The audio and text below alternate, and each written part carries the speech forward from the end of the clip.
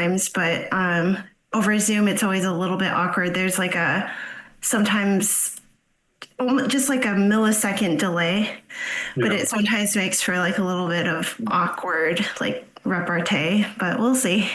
I guess we have to assume that our topic is live. Yeah. I don't know.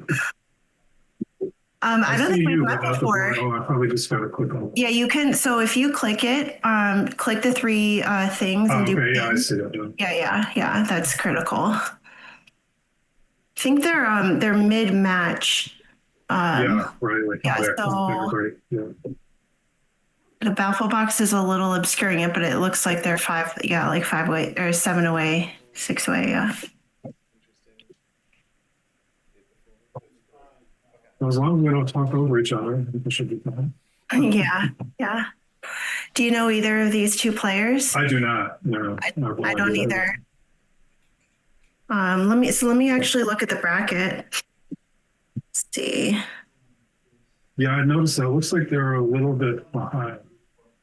Yes. The winner of this would be an undefeated final 8. Yeah. Okay. Right. So the winner of this will be in the quarterfinals. Nice.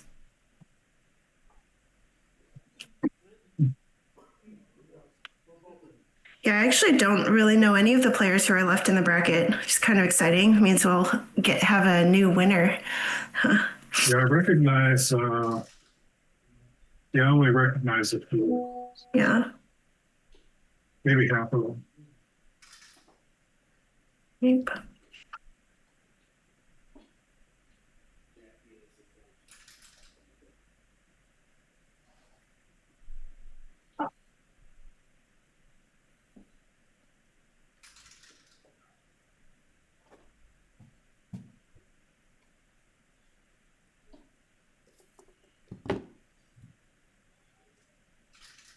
So you're based in Michigan?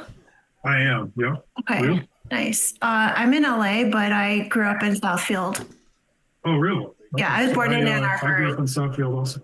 Oh, nice. Yeah. Although I look like I have a good number of years on it. So. No.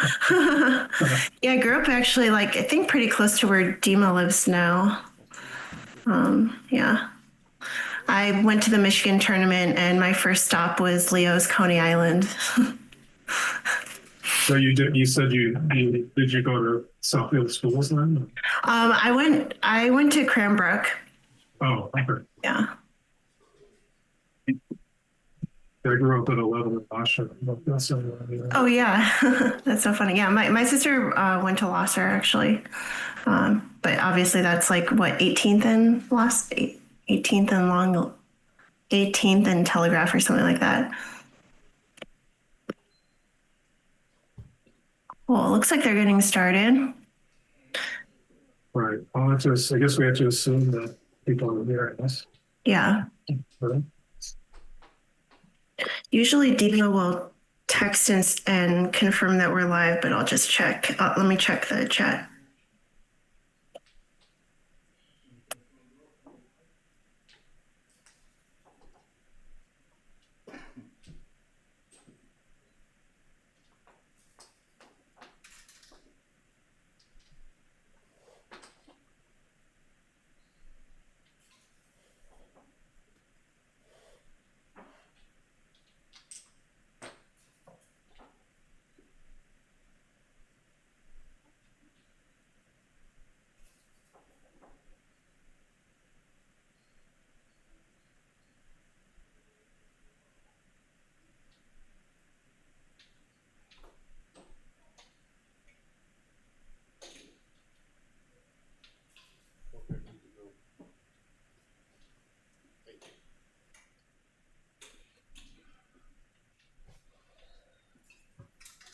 All right, well, let's resume.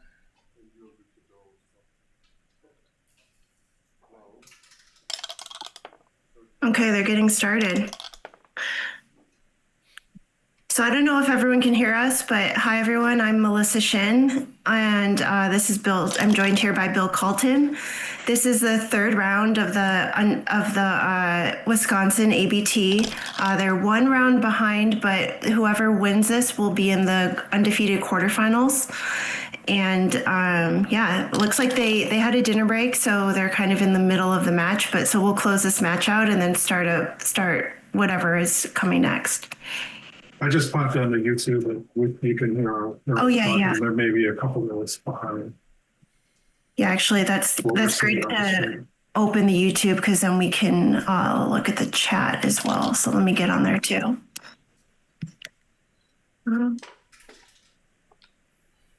Yeah.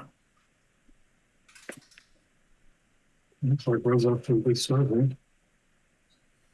Yeah. Oh, nothing is in the chat. Sec.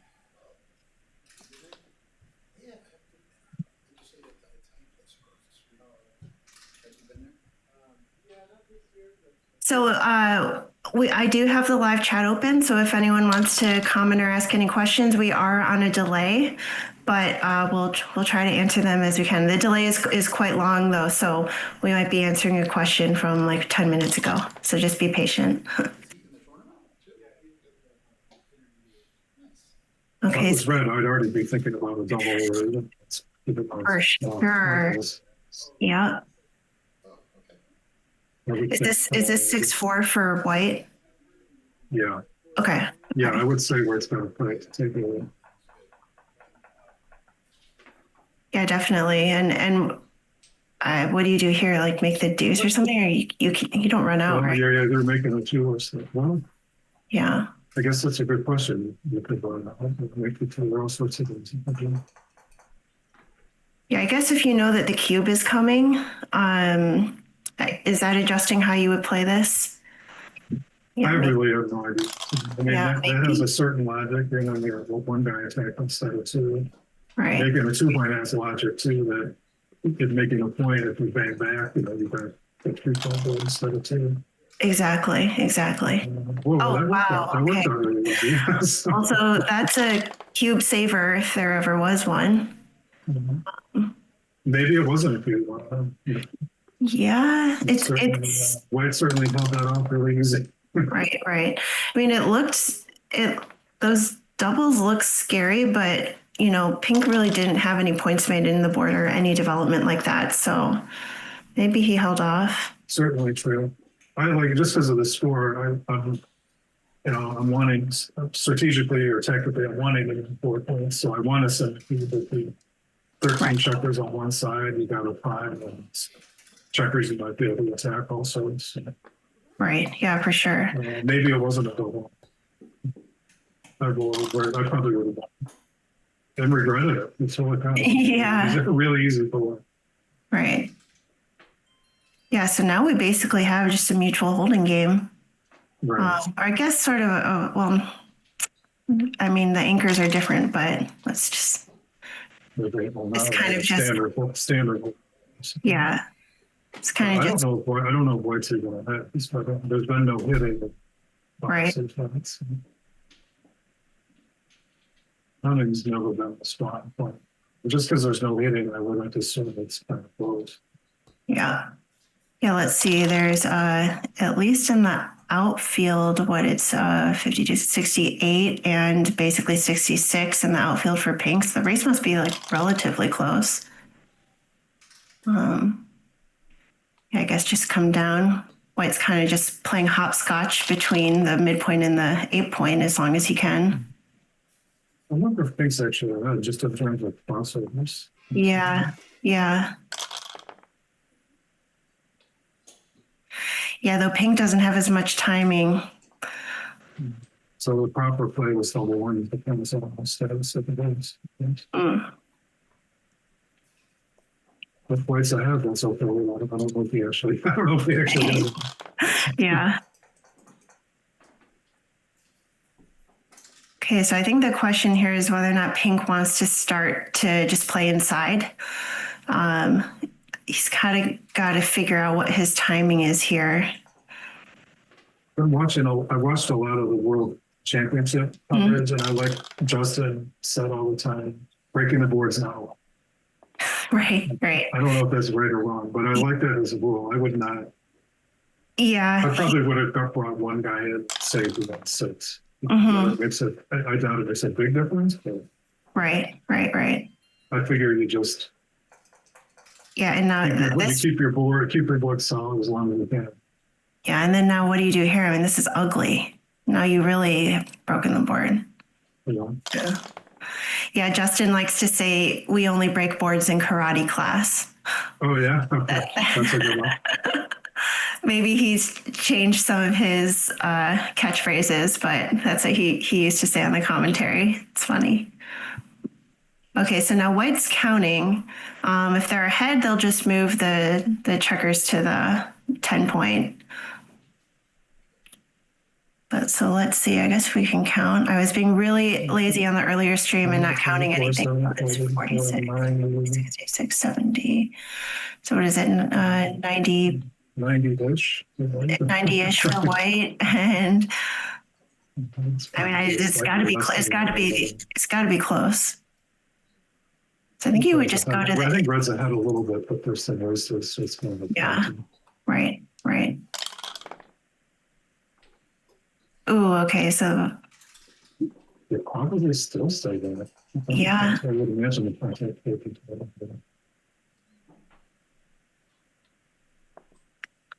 Okay, so it's at so 74. Almost white sense so staying there. Yeah, so white has sense of 78. the contact for his wireless. Yeah, so white has 78. Pink must be close, but with wastage, something like that. I don't think this would be a double. So we have, so what's that? 20, 30, 40, 50, like 65. So if white was up 13, no, white is up a lot. So actually, this might be a double. Even after a long time, what's up on? Huh? How many did you say white was on?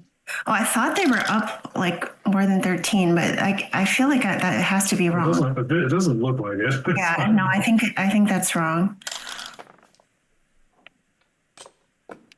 It must be wrong because probably still close, but white doesn't have to start with some. Yeah, it must be wrong because we would have seen a cube by now.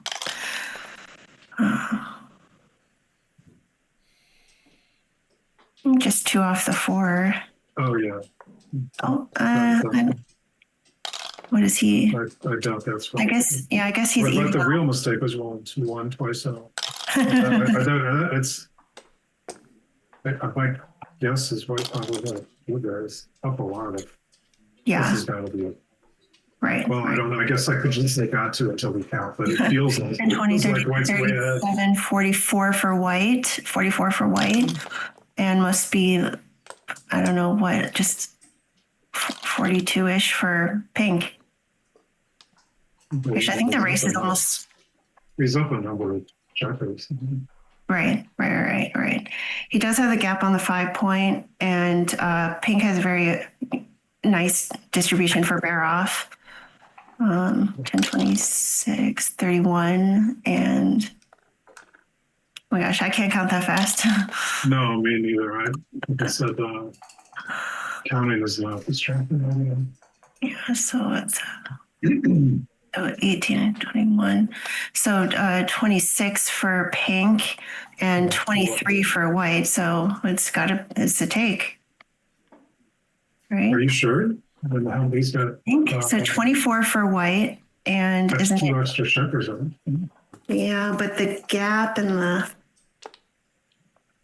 I'm not sure. I mean, pink was ahead in the pip count, though. I thought. I don't know. I just passed kind It of. all happened. I apologize to the people watching it.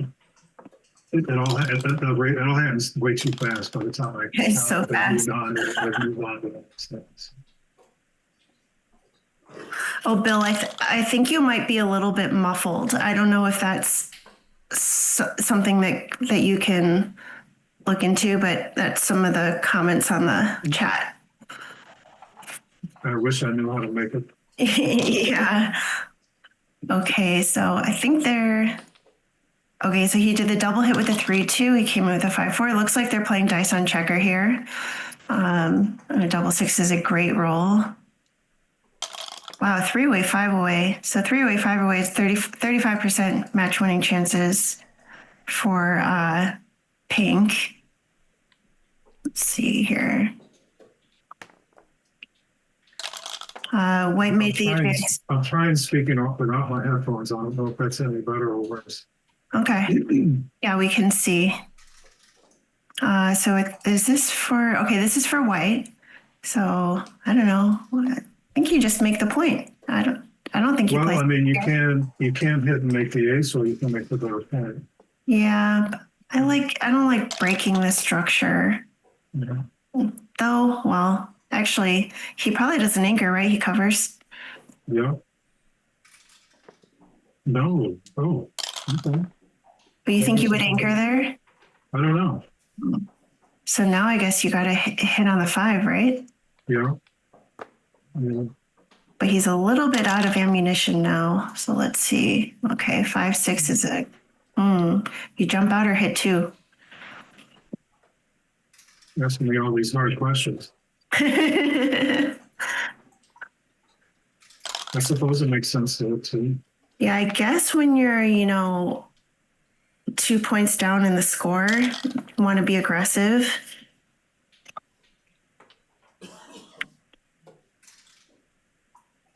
Where's your last 3, though? I think they'd make the 5 and hit loose. Hitting loose seems like a strong play there. Yeah, I like that better. Oh, If he'd done it the other way, white dance, it might.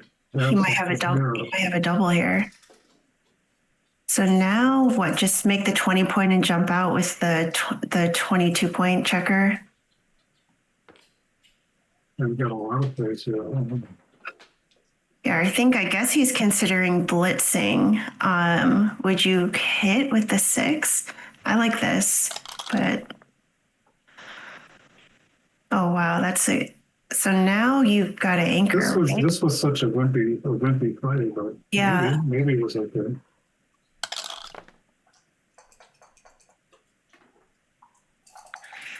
Ooh, these double 5s don't play so nice. No. I guess do you just safety that checker on the 16 point and then jump out from the 20 point? Yeah, I don't see another option. That makes the most sense to me. Yeah. Oh, actually, you can go all the way to the. Yeah. Safety extract. Yeah. Okay. Okay. That's right. You can just leave one block that way. That's fine. I didn't see that right away. Yeah, me neither. So I thought the 5s actually didn't play well off of that 10 point checker, but it's perfect. So you just leave the 4 shot. Yeah. Yeah, I think so. I guess he's just deciding which blot to leave.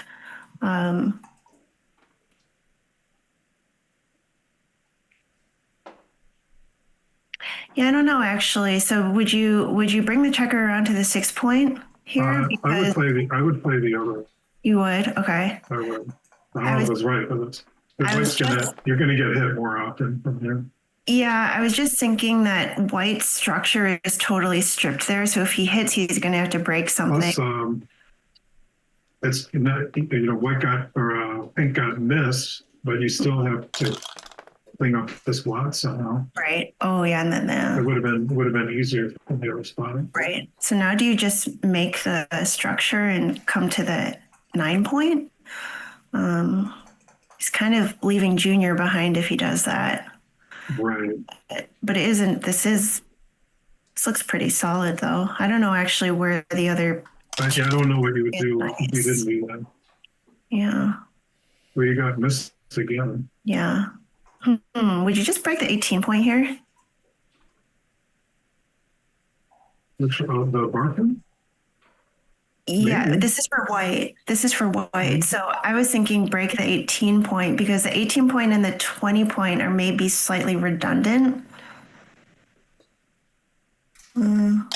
This looks logical. Yeah.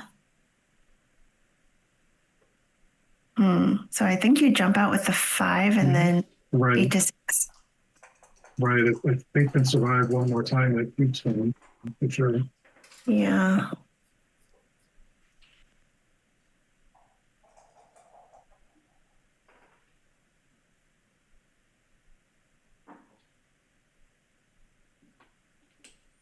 Hi, everyone in the chat. Hi, Nick. I don't know who BKG is, but hi, long live Croak. He asked if that was a take, but we're too far delayed, so I'm not sure what you're talking about. Sorry.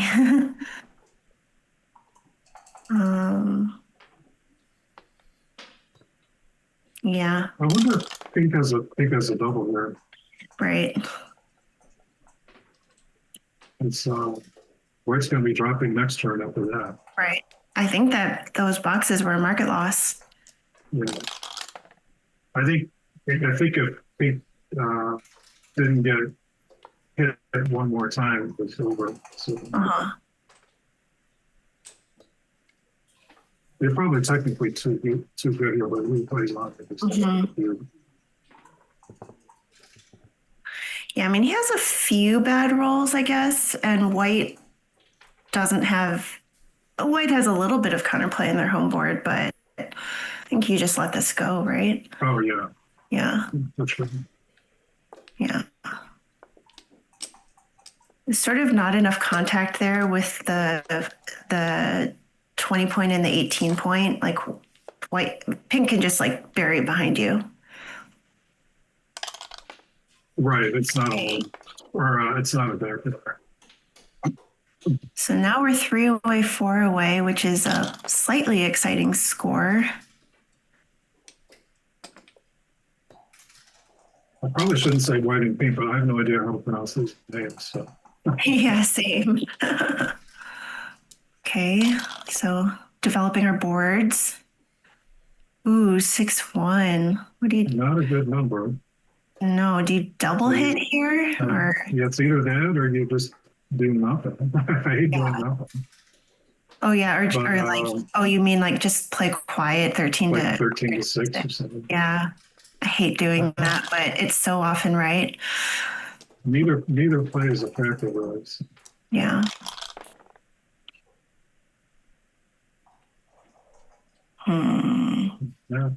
That's not the money to see.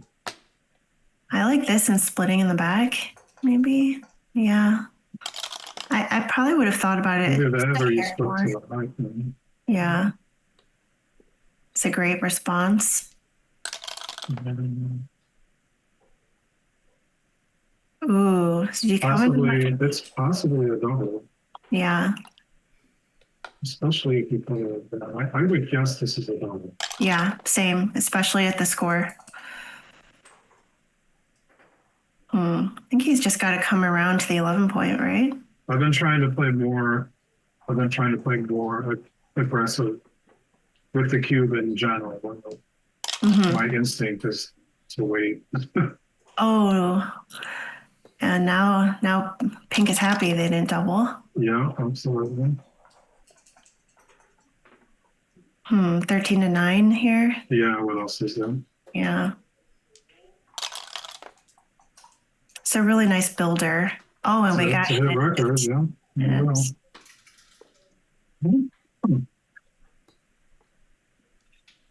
Wow. Pink is getting every shot in the outfield as soon as White is trying to make any sort of structure.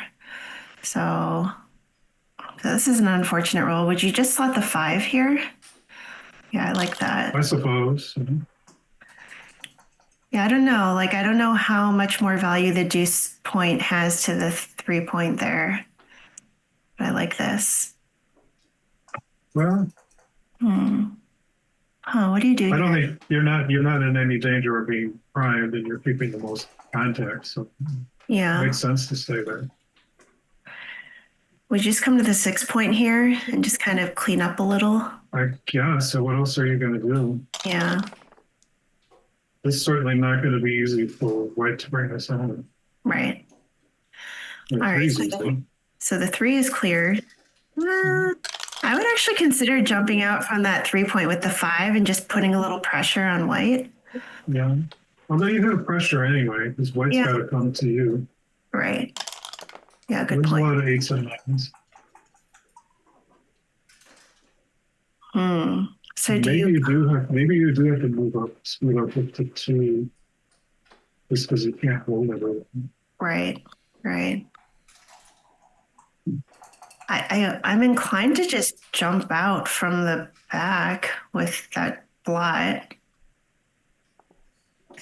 I don't know. You don't want to put checkers there. Yeah, I don't particularly like that play, but on the other hand, you gotta do something. Yeah. Okay, so now, That number doesn't fix any problem. yeah. Do you just pick and pass here? Is that sort of kind of a waste of? Boy, that didn't even occur to me. That probably means it's wrong. Well, I don't know. So now you just got to jump out. Yeah.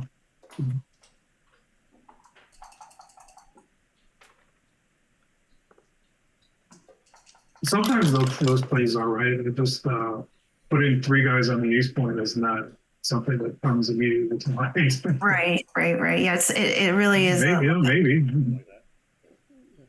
Oh, he's got the checkers reversed. Yeah, there you go. So he couldn't figure out what to do with the ace because he realized he was leaving a return shot, but doesn't get hit. I think he just jumps back out. Well, I think you come in with the 5 and think about the 2 rather than coming in with the 2. Oh yeah, good point. Yeah, you're right. Actually, this gives you more options. Probably 6-4. Yeah. I don't think I would go to the ace. Right. Because you don't want that blot there, and 6-4 isn't totally. There's a good chance you're gonna have another shot. So. Yeah.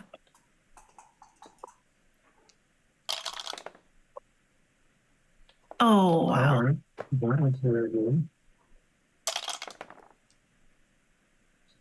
Now you got a weird position. When the heck from white double this thing? So 3-away, 4-away, these sorts of cube actions are scary. And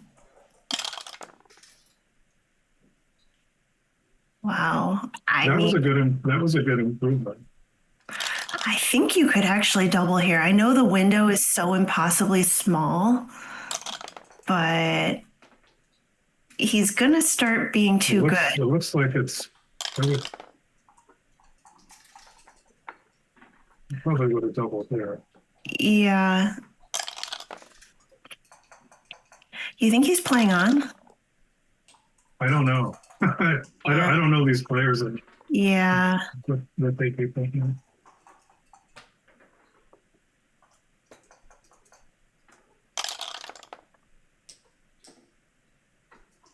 Okay. A 2 is a breath of relief.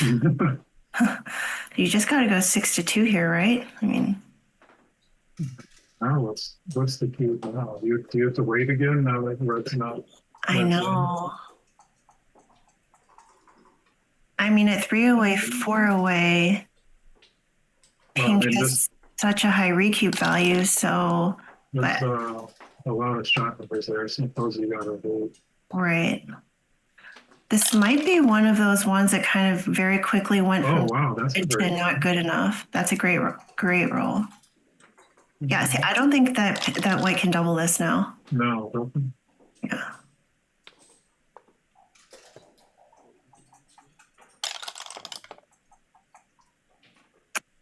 That's not a great roll. Now I like it as a double. Yeah. I think he's got to make the ace and just come down. Those right. Yeah, because he could get a fly shot soon. Okay, now he's just cashing, it looks like. I mean, you can't take this, right? From the deuce play? I don't think so. Yeah. Now we're at an exciting score. So the 3-way, 4-way that we just had, that is a tricky score to double from. But, yeah. But that's the kind of game you want to double it, where you have a high win percentage and low gammons. That's the type of cube you're going to send. All right, so at 2-away, 4-away, we might see some really quick cube action if these players know their kind of score profiles. Right. Pink can jump out to another lead and let it fly. Yeah. Actually, depending on what happens here, pink could almost have a double. It's possible.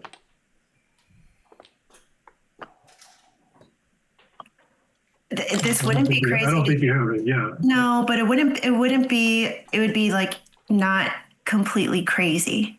Sure. I think split the back checkers now. Yeah, I think so. And with the 5-point major, if the white doesn't hold something good, Yep. you could hit. Oh, he could hit. Yeah. Probably you do hit. I'm inclined to ship it here. I would think this is probably a double. Yeah. Definitely a take, but what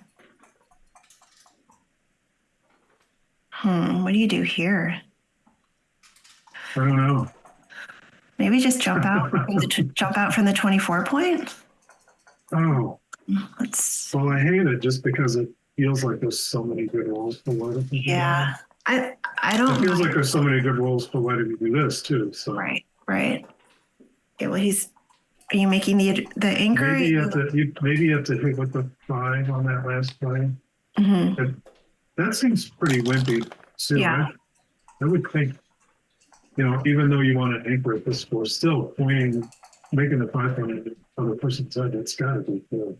Right. I mean, there's white still would love an undoubled gammon, so I think he can still be pretty aggressive here. So, okay, so no hit.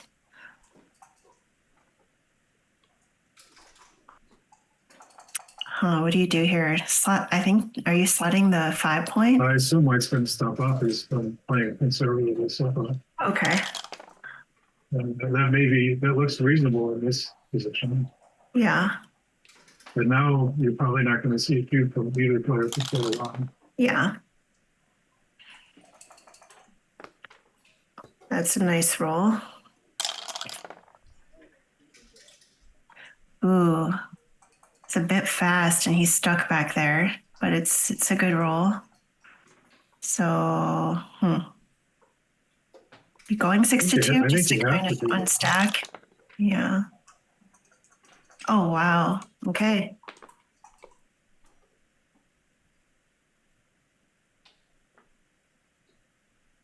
No matter what the race is, I think you got to do that. Although Right. I guess you could point on the other guy's head.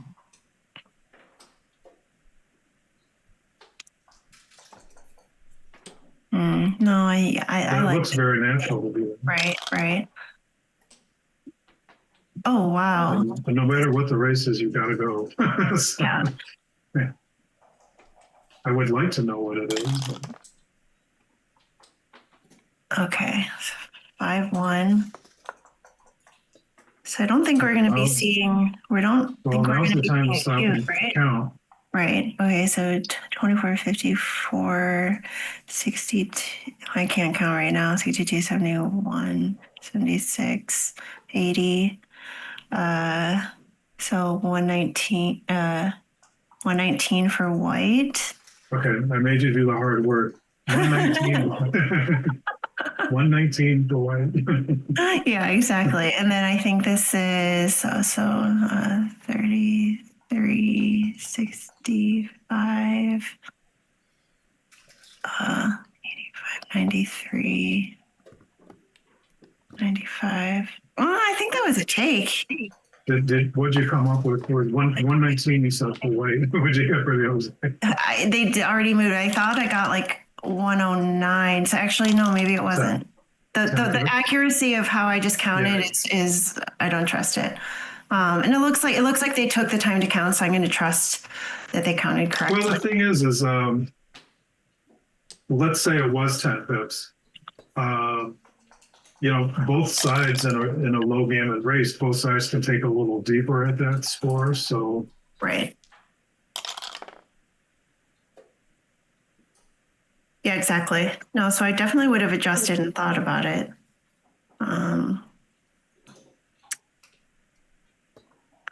It's a bit scary to step up there, but he doesn't really have another deuce. what else are you going to do? Yeah. So I guess now is he gonna safety and split? 2-1 is just not the role you want there. Yeah. Well, but you don't want to split because white has 11 guys down there ready to attack you. on the other hand, what do you do? Yeah. Maybe you just hit because there's nothing better. Right. Yeah, it's very reasonable. He gets hit back. So pink would still love an undoubled gammon, and at 2 away, 3 away, white can. Pink still wants to look for an aggressive double, though obviously not in this position. But right. Ugh. What do you do here? Well, you probably got to come in on the 2 and live there. Or can you what else is there? Make the deuce point? You could, I guess. I guess that's a little bit of a gammon saver if you have the deuce. Oh, well, this is kind of killer. That's going to help both spots. Yeah. Those are the easy two. Yeah. This seems okay. Yeah, how do you win with these rolls? Exactly. I can't get anything going.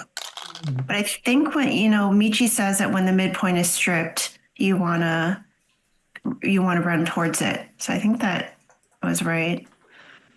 I think 2 down here. Right. He's gotta go for the kill. Wow, these are not great rolls but I think you gotta jump out, right? You don't want to get pointed on. Well, you either jump out or you could. Oh, maybe you jump out. I don't know. Yeah, no, I always forget about hitting loose here. Hitting there seemed nice. It was a good tempo play. And that's you probably got to do it. Which one do you hit? I like the ace point anchor here. It's less. This play has less upside, less downside. Right. Oh, the 6 is a bit awkward. 2 6 from the bar is either. That's like one of the worst 2 6s from the bar. That 2 6 is not good either. Yeah. So I guess you just come around here. That's easier to play when you got good numbers. Exactly. I really don't want to play 3. Even if it's right, I don't want to. Right. I think that might just be the only play. Now he's just gonna run. Yeah. Well, even though you think being on the ace point, at least you're not getting. Right. Wow, well, that's oh my gosh. I just said it duplicates 3s. So of course you're gonna roll double 3s. I think stepping up that there. Like a good number to me. Wow.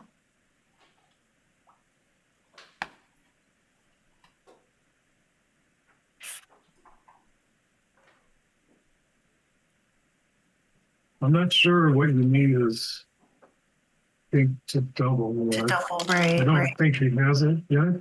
I don't think so with but I'm not sure what you even need. Right. So, I mean, with white having the advanced anchor, it's. So that's one plan, or you could run and make the outside plan. Right. All right. Okay, well, that's good. Now, maybe you have a double matter. Right. You might be down on the race there.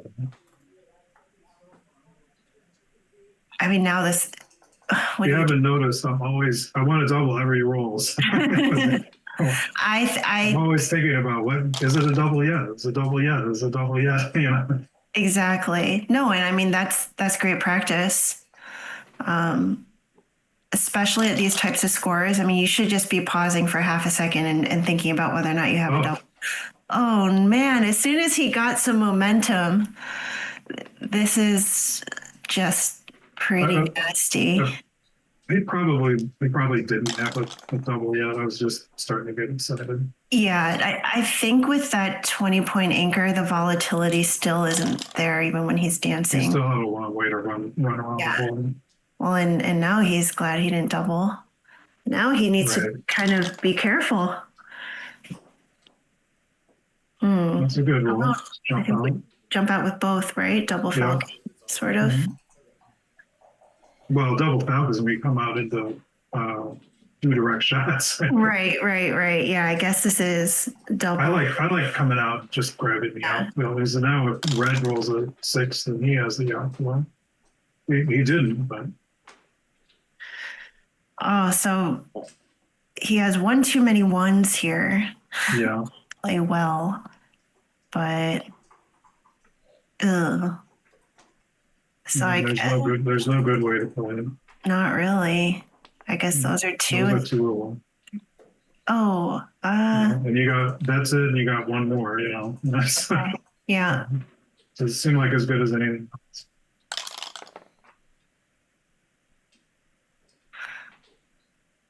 And now you come out with both, and then you start thinking about the two. Yeah.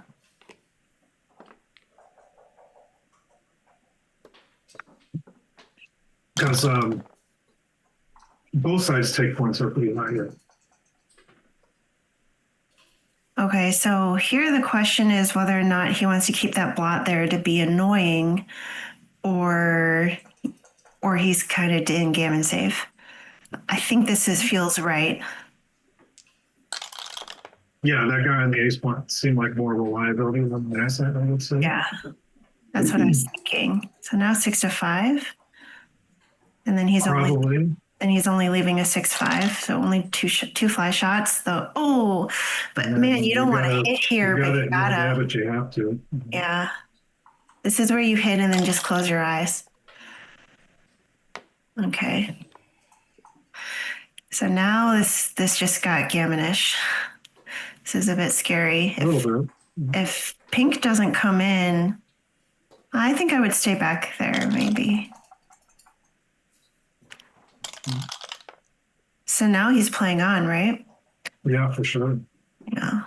Okay, let's just come around. No shots. Lots of gammon potential then. Yeah. I like the spare on the deuce here, yeah. Oh no.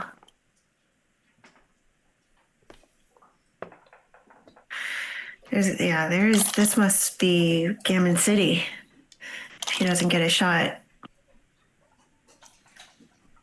Sounds like my voice is still pretty low. I wish I knew how to make it louder. Yeah, actually it sounds a little better right now. Maybe you just got closer to. Okay. I'm soft-spoken by nature, or that doesn't help. Okay. Ooh. Well, this is fine. This is fine. I think you just rip them all off, right? I don't know. We're Yeah. going to leave more shots that way. Right. Yeah, 5-3 is tempting. 5-3 seems safer. Yeah. On the other hand, Brett's kind of busted, so you know. Right. But I guess if you might regret having that hole there later. Yeah, for sure. Because actually, with 2 on the bar, as long as white doesn't get a shot, the gammon's pretty locked up. Right. So now that there's a few shot leaving numbers, There's like the first 1. shot, yeah. But that wouldn't have left a shot the other way. Yeah. And pink does have a 4-point board, so he's got something. Oh, and he hit it. Okay. Uh-oh. Oh, man. Well, chance for another block. Yep, and he's got a hit. So still tons of gammons here, so I think you're still playing on. Yeah, for sure. Yeah. Wow. That's great. Yeah. Whoever thought a 3-2 would be so awesome. That's about as good as Brett could do. Yep. You know. Now he should make the board. I would think so. Yeah, white's going to come to you. Yeah, I think he's considering flooding the outfield, but you kind of want to prepare your board. 5-point board is. Wow. Well, he's got another shot. That's the good news. They better hit it. Oh, he can come in. He didn't see it, But but this I mean, is, this looks he's pretty. not going to save this one. No, I mean, I guess as like a last hope, you stay there for a double ace, and Of course. Yeah. but there's just no. You might as well just make your board now. I don't think you're getting off the gammon here. I just make my board. Ooh, almost. Okay. Well, he can still get off. Get off though. I wouldn't Kind bet of. on Well, like, it. I mean, hey, In boxes, theory, in boxes, and theory, boxes. yes. Yeah, yeah. Not with the 4-1 isn't doing him any service though. You know, the match is over, but another we really didn't comment on this. Both sides were pretty low on time, so they didn't really have a Right. lot of time to think deep on it. Yeah, yeah. You just kind of go with your first instinct, whatever that is. Right. Yeah. What is your approach to the clock? And sort of, I always get it. I'm pretty notorious for getting into major time trouble. Like I'm almost always down to under a minute, I would say. Oh, really? Yeah, it's my bad habit. I try to play a reasonable, like a deliberate pace, not too fast, not too slow.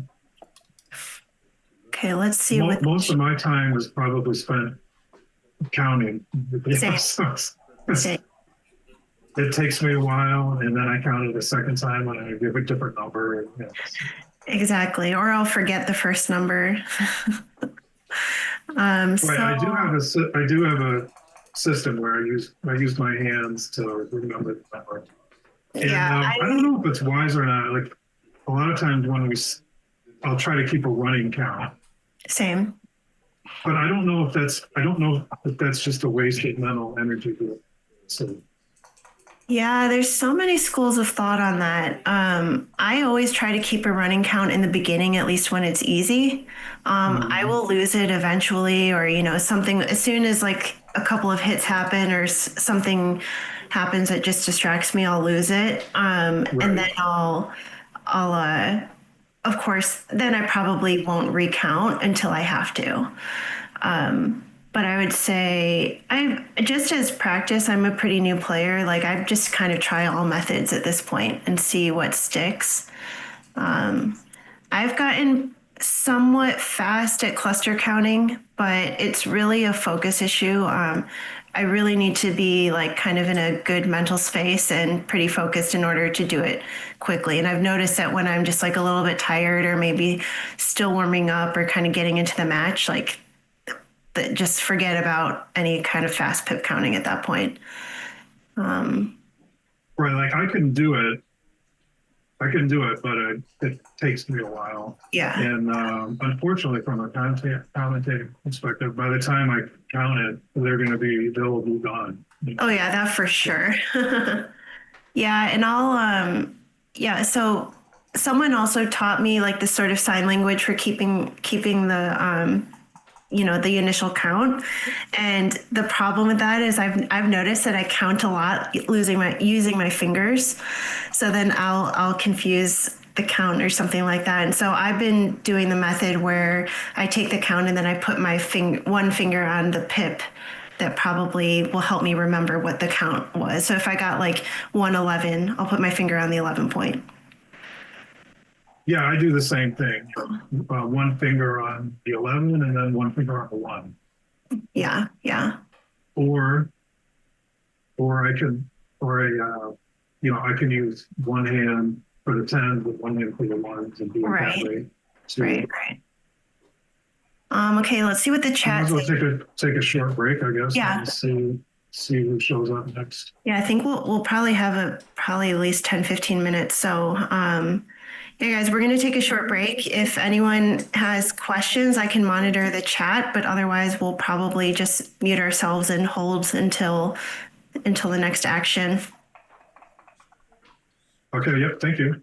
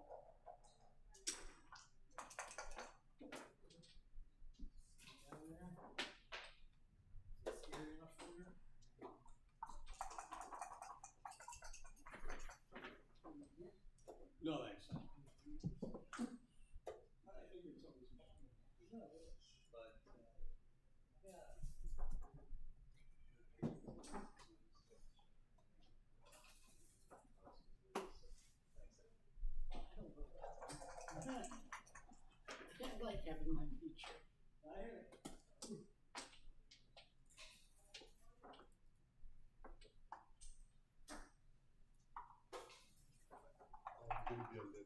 You want me on that side? Yes, please.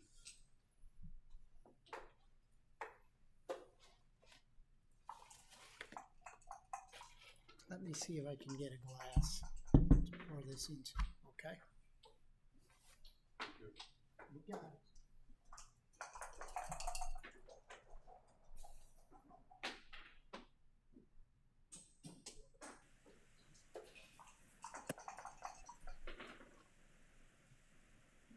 I see some people in the chat. Hi, Mop Up, and hi, Nick. Hi, Alex, and Mau Mau. Yeah, I would say keeping a running pip count. It's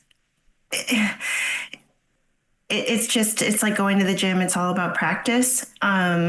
But I will say that over the board, so many things happen during the match. Like, a die will fly off the board, and you have to like go under the table and get it, or an illegal play happens or something, and all of a sudden you've just like totally forgotten the pip count. So there's just so many distractions that happen over the board, and I tend to lose the count pretty quickly.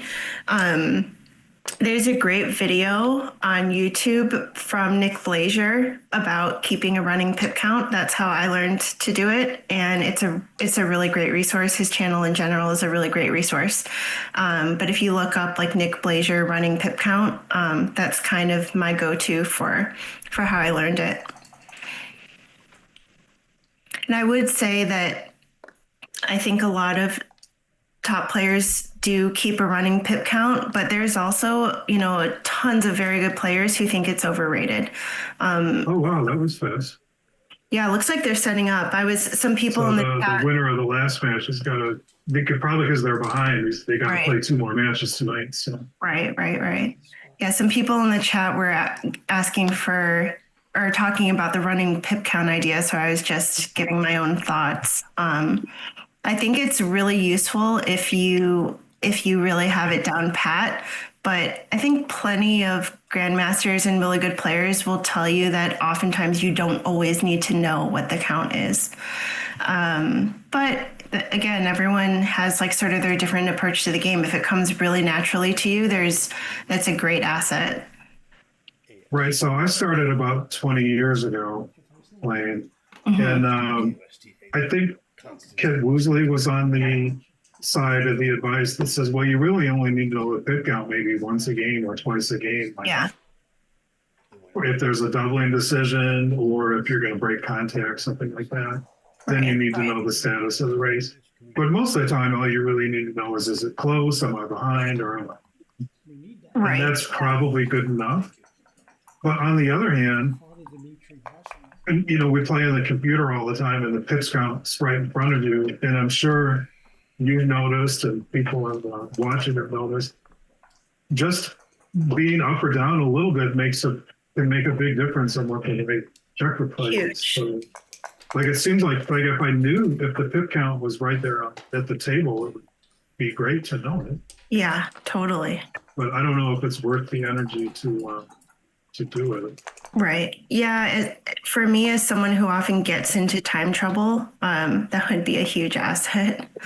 But yeah. The first person I heard, this of course is a textbook double take. Yeah, double take. The first person I heard recommend people running pip count was Paul Weaver. And he also gave me advice roughly 20 years ago. Nice. All right. Well, he's escaping that back checker while pink is on the bar, which I think is smart. He could have made the deuce, but it seems while you have your opponent on the bar is kind of a good chance to escape. Yeah, that's a good point. He was on the bar. Okay, so this basically both plays have merit. Here he's escaping into a favorable race. On the other hand, making a 4-point board has got to be worth something.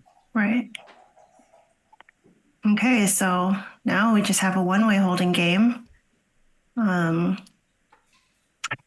has right. that. If the cube was in the middle, it probably wouldn't be a double. Yeah, exactly.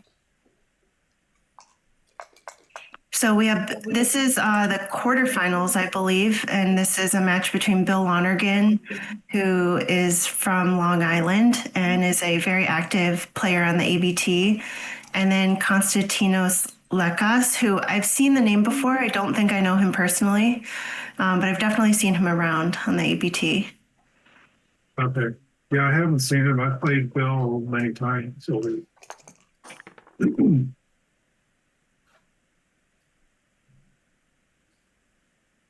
Okay, so here, I mean, it is worth knowing what the pip count is here, and these are very easy positions to keep a running count because there's basically going to be no hitting anytime soon. But because the cube is already turned, there's sort of, you don't really need to know at the same time. right.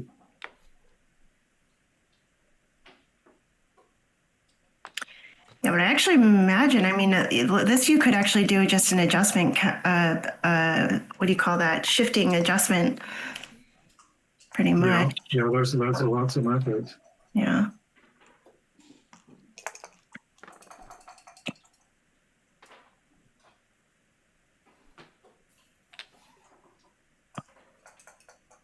Yeah, that looks good. I think you can just go 8 to 5 here.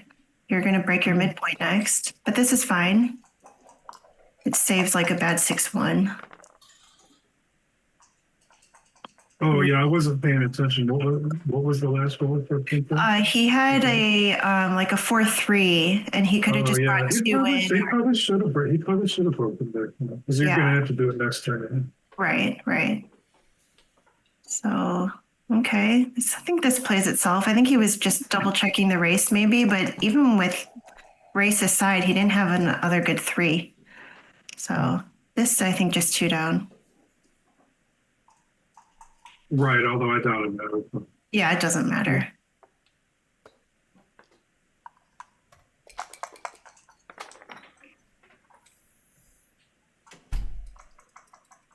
Okay, so we have, let's see, so 40, 50. I mean, white's obviously up, so you just want to break contact.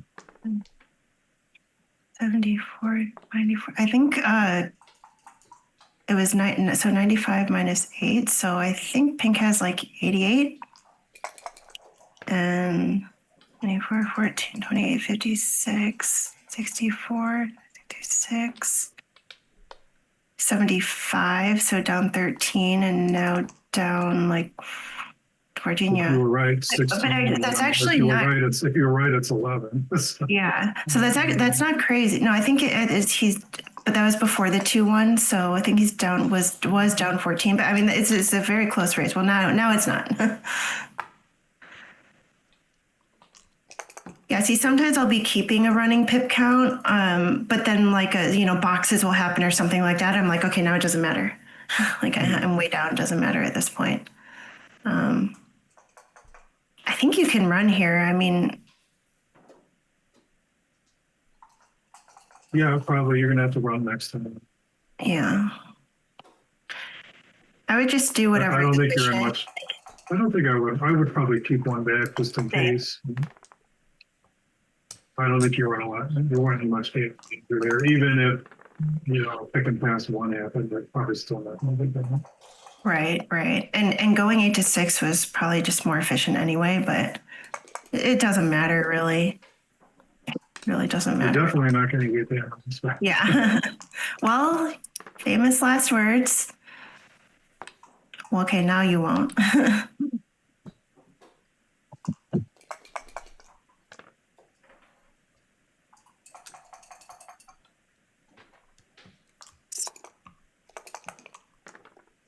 Okay, so I'm still it looks wondering like about that 6-4 from way back when and make the 2-pointer run. I don't know. That's always what's difficult about commentary is they play so fast, and I'm like 6 rolls behind in what I'm still thinking about. But okay, so looks like white's going to be up 2-1, and. Yep. So now no serious adjustments at that match score. He's sort of just like maybe 1 tick up in the match. So still a long way to go.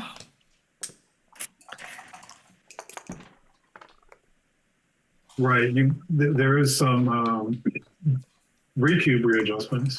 Yeah, right, for sure.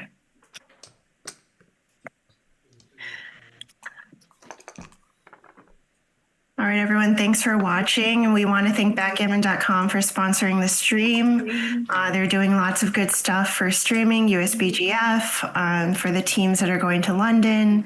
And we thank them a lot. And also, there are only 2 likes on this feed. So I'm going to very cringely say, smash the like button. And please like and subscribe. It really helps the algorithm, and we're just trying to get more backgammon out there and spread the word of the USBGF. So please like. Dimitri don't like the can and like the. I can say I enjoy watching these myself. If I'm on a weekend where there's a tournament or not much going on, I'll definitely put it on and watch. Same. I would say that for me, this is basically how I learned how to play. I was just sucking up everything I could find on YouTube and these streams, and also the streams from some of the other tournaments. I mean, I've watched them so much, and they're great assets. There's a lot of backgammon content out there, that's for sure. Yeah. So did you come 13 to 8? That feels wrong. I think you're either hitting loose on the ace or you're splitting up and down somewhere.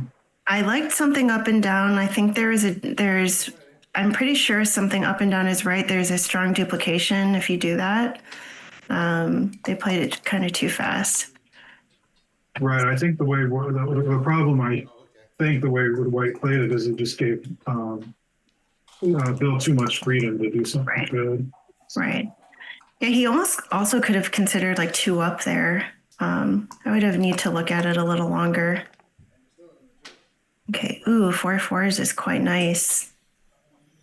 Yeah, I just make 2 points, right? Oh yeah, for sure. There's no play beats. Yeah. Yeah. Oh yeah, actually the back checkers are stuck anyways. It kind of plays itself. And if you get a hit later, you got a nice board down there. Yeah. Ooh, so would you consider hitting both here or no? Because you're so outboarded. I wouldn't. I'd consider coming up and playing 6 to 5, although you're asking to be hit, so maybe not. But. That stack on the 6 point was so ugly, though. I think that ace looked good to me. No, it certainly worked out so far. Yeah. Probably a cube saver, and also, I mean, White just kind of had a swing and a miss there. Yeah. Okay. Well, that does kind of do the 8-5-3. Yeah. Maybe. There it is. Okay. Yeah, but he'll definitely hit on the outside. Yeah. So if he didn't roll a 2, I would have stopped in. Right. No hard decision. The 5 makes it easy.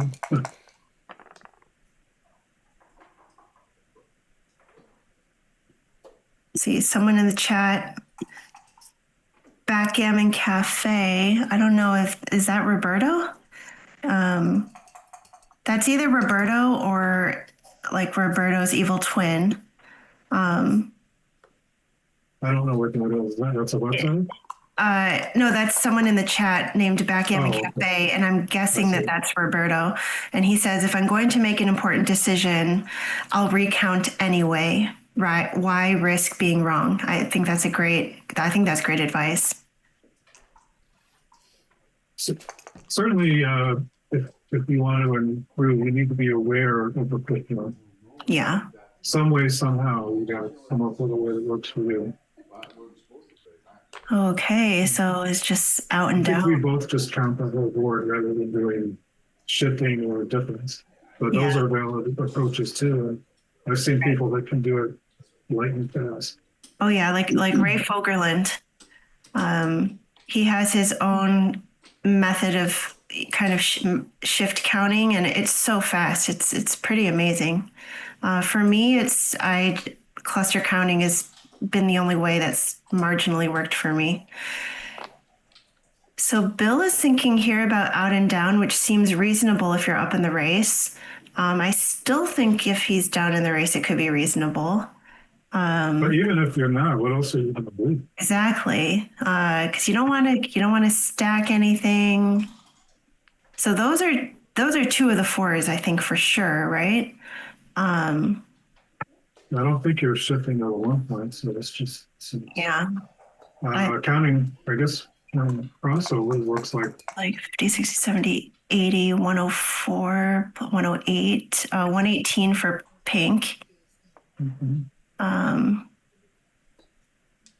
Feels that's about all the mental energy I have. feels like pink's up some. Yeah. So So that's a I good think number. pink's up. They just come around now. Yeah, that's so barring a 6-4, you might consider a cube here. Probably no matter what the race is, we've done, or even if you're behind. Right. Because he has so many numbers to make the prime now. Right. So what did I say? I said he was like what, 108? And this must be, so this is 47, 67, it's like 70, 89. No, the race is very close. Yeah, the race is close. And I would guess even if pink was behind it, there was probably a double, like just on the threat to make the bar. Whatever number he rolled was a gutter ball. But. Yeah.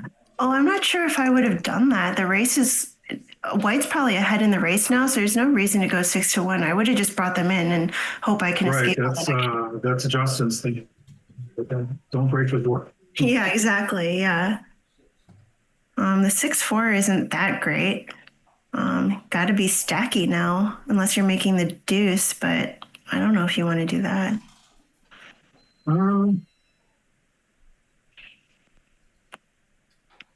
So the only options here are I think I would, but yeah, you are giving some 4 numbers. You don't have to.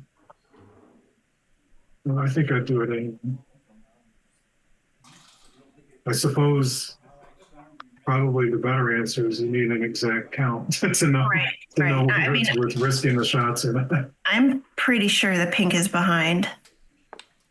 So that's 40, 56, 96, 99 for pink.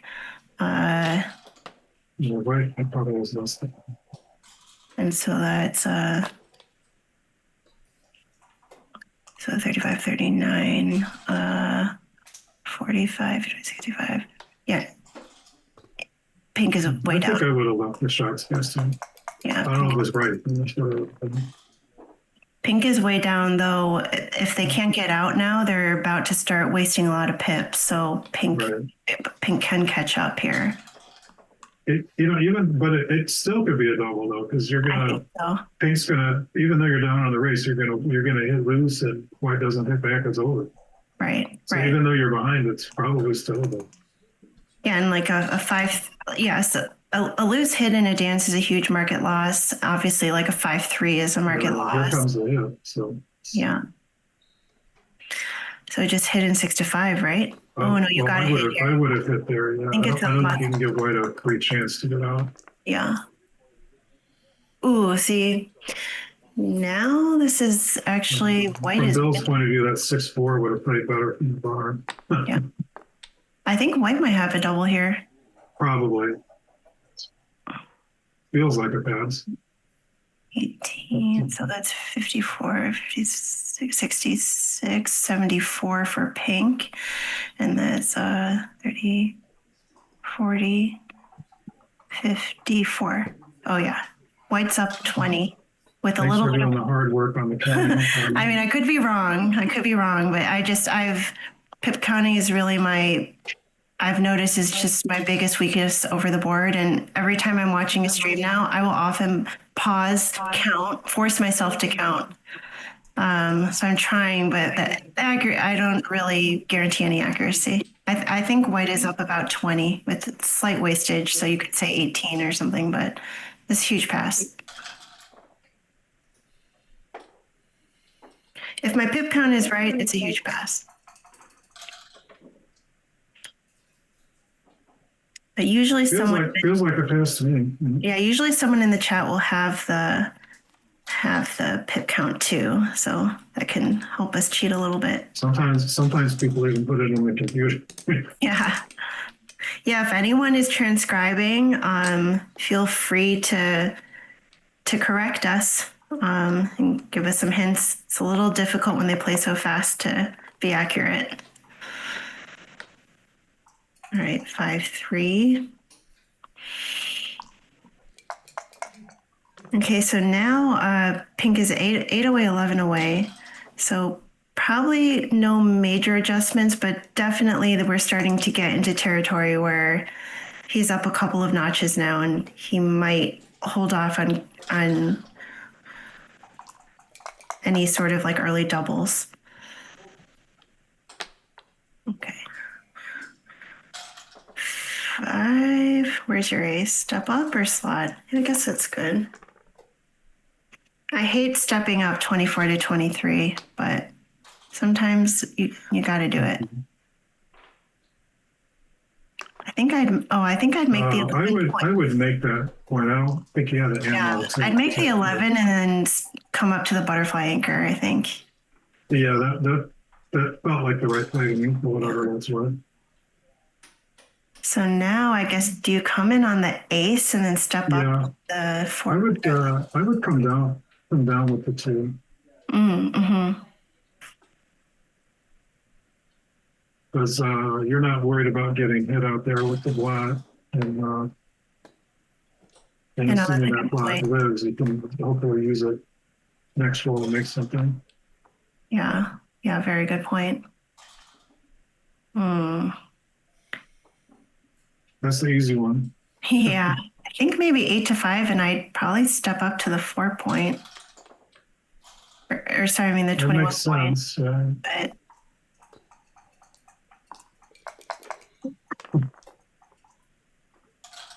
there you go. Nice. He really needed that. And that's why coming down to the 11 point. Well, you can point on base with this board. I feel like I would. You have him outboarded. Oh no, I think he probably played that because he just started by moving them together. I don't think he saw that he could play it the other way. I suspect if he saw it, he would have done. Yeah, I agree.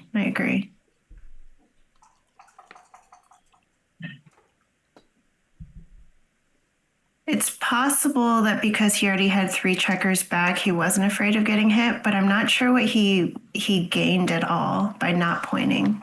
Right. And now we might be looking at some sort of double anchor game, quasi back game. I don't think there's very good timing though.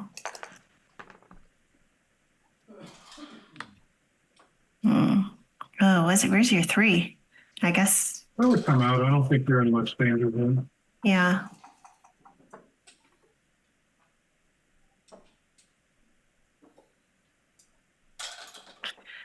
So if he comes out and if white dances again, do we still not have a double just because pink has too much work to do?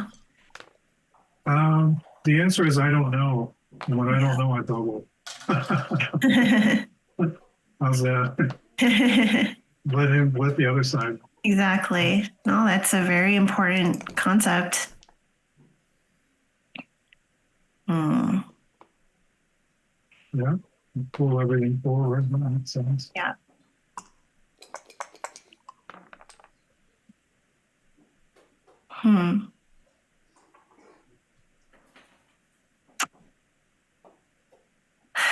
The race must be really close. I think you just run off the back. You probably have to. You hate to leave the anchor, but I think you have to. Yeah. I mean, I think that white is up in the race, no? With pink having so many checkers back. Okay, well, wow, these double 5s are great, but I think you just clean everything up. Whoa, can't you run from the back? Yeah, that's what I would do. I wouldn't have. Oh, I see. You can do that too. Okay. I mean, people often say that there was an alternative. You could have kept the midpoint too. Right. I guess if he was up in the race, he would have probably brought all the checkers to the midpoint or something like that, but he must have noticed he was down. I don't know if we did. I don't know Yeah. that. It feels like it feels like Brett's up. Yeah. Oh, so someone confirmed that I did count correctly in that last queue position. So 74. Good for yeah, you. thank you, Nick. I mean, that was like a easy one to count, but important to get those ones right for sure. Yeah, I've actually taken a few too many cubes when I counted and I was off by 10. So always good to practice. Mhm. Right. But my spidey sense is something is off with that double five fight because now Yeah, Red's stuck back there, and you would much rather have your guys in the big time. Right? And exactly. like I think Red could have done that with Right. the double fives. Didn't Red have a way he could have pulled all those fives to the lead? Right. Yeah, I think so. Like it would have been stacky, but he would have. But then you'd have been racing. Yeah. Instead of being stuck there.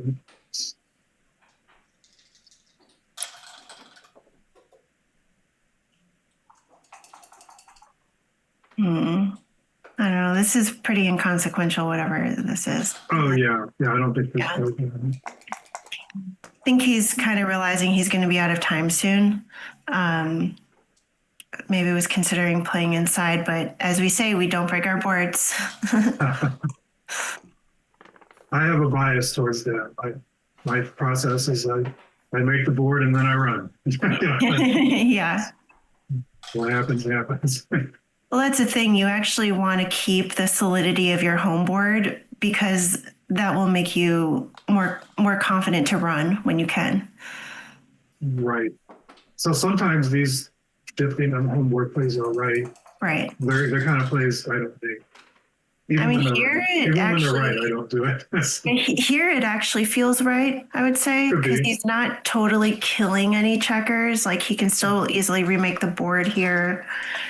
He doesn't want to be forced off the. Right. And I think the timing for both it really is a timing battle at this point. Oh, I think was that legal? Was that 2 3s? I don't know. That didn't look legal to me. Someone in the chat can confirm. So definitely. It looked a little fishy anyway, even if it is illegal, because I'm not sure how White's going to play this next time. Right. So that's definitely your. Oh no. Oh, I thought it was a 6-5. Sorry. So there's some awkward numbers here. But that's one. Oh yeah. If they played it the other way, it would just 38. I think. Do you just make the 3-point here?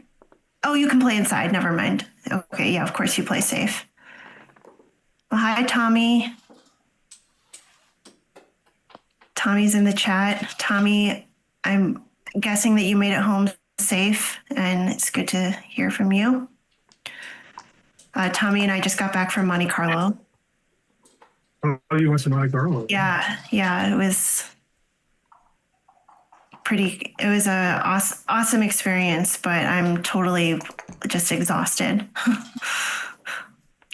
Oh no, that's the worst. That's a horror show. Yeah. But I don't know. You gotta think about it though. There's lots of. Oh man, that blood on the 3-point is very unfortunate. Yeah. And you're probably down in the race too. So. Mm-hmm. I don't think you. On the other hand, there's a lot's going to happen on this turn. I get these wrong very often. I think that because White's home board has cracked a little bit, you can't double. Yeah. Oh well, that's a great roll. He's got to hit and make it, right? Just leave lots everywhere. What number did you want? Yeah, this is.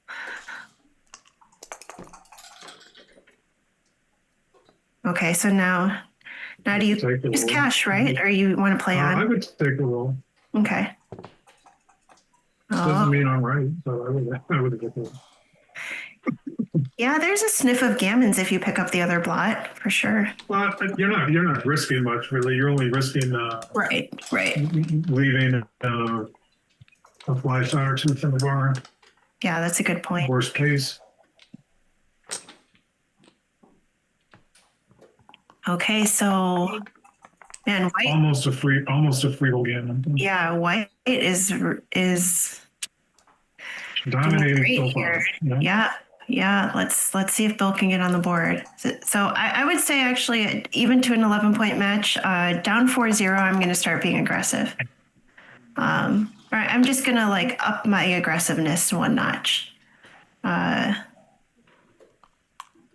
I was reading an old article from David Presser on this topic. I don't know if Oh yeah, from Primetime. Yeah. Yeah. And so just to state a little more explicitly what you're saying, his concept is that, for example, if you know that a position's a double take, if you're 4 points behind, you would adjust that to say, well, it's really, it might really be a pass. Right. You mean a double and a take for money? Yeah. Yeah. I may be saying that. No, you're right. From the, you're going to adjust, you might adjust a position from the trailer standpoint, a position that's no double becomes a double. Yeah. And a position that's a double take becomes a pass. Right. Yeah, absolutely. Yeah, if anyone is interested, I believe that was an article from Primetime from not too long ago, for maybe a handful of years ago, but not that long ago. And 2018, I believe. I don't remember exactly the position. Yeah, but it's really nice. He has these graphics too that show this kind of sliding scale of like being up or down in a match and how you adjust. And it's very clear and well done. I think I don't know if David still writes for Primetime, but he had a few really nice articles. Mm-hmm. Okay, so oh wow, so this is boxes for white. So he's just got to decide where he wants to leave the shot. Right. But it's a great roll.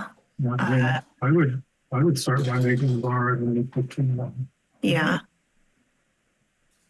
I might make the bar and then no, so I don't think I would do that. I don't think I would either, but you never know. This way, Right.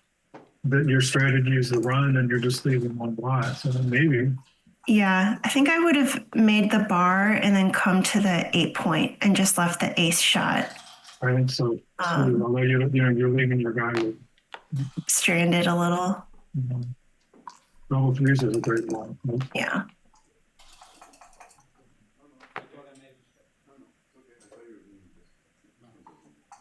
Just go. Back to that Presser article.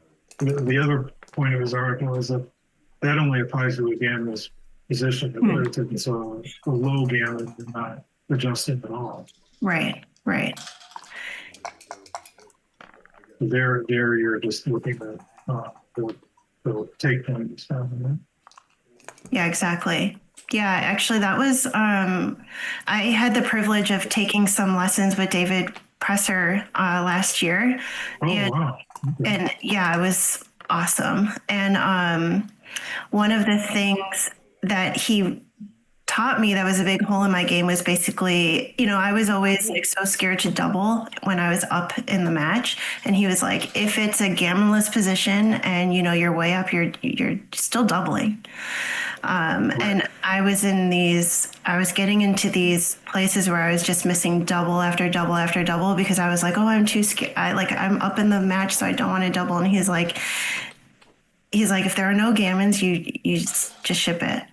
And if you're up enough. And so that was actually it's just a concept I wasn't understanding. So I really owe that to him.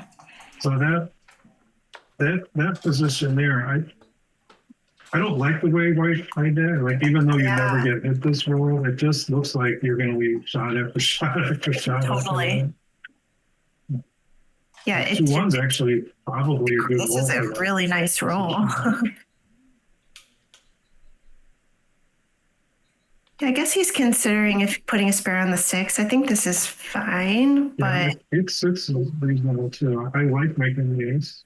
yeah.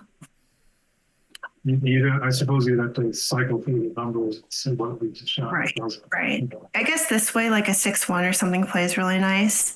But yeah. Once Okay, every well now day. he's got his spare anyway. So at what point would white be doubling here? I guess speaking of kind of low gammon positions, I would, Well, I don't think, I think with all, white has 7 checkers past the anchor and a gap, not a lot yeah, of flexibility. I don't think white is anyway. yeah, I agree. No, I think that with that gap is a problem. If he manages to safely clear the midpoint, then I think he probably has a double.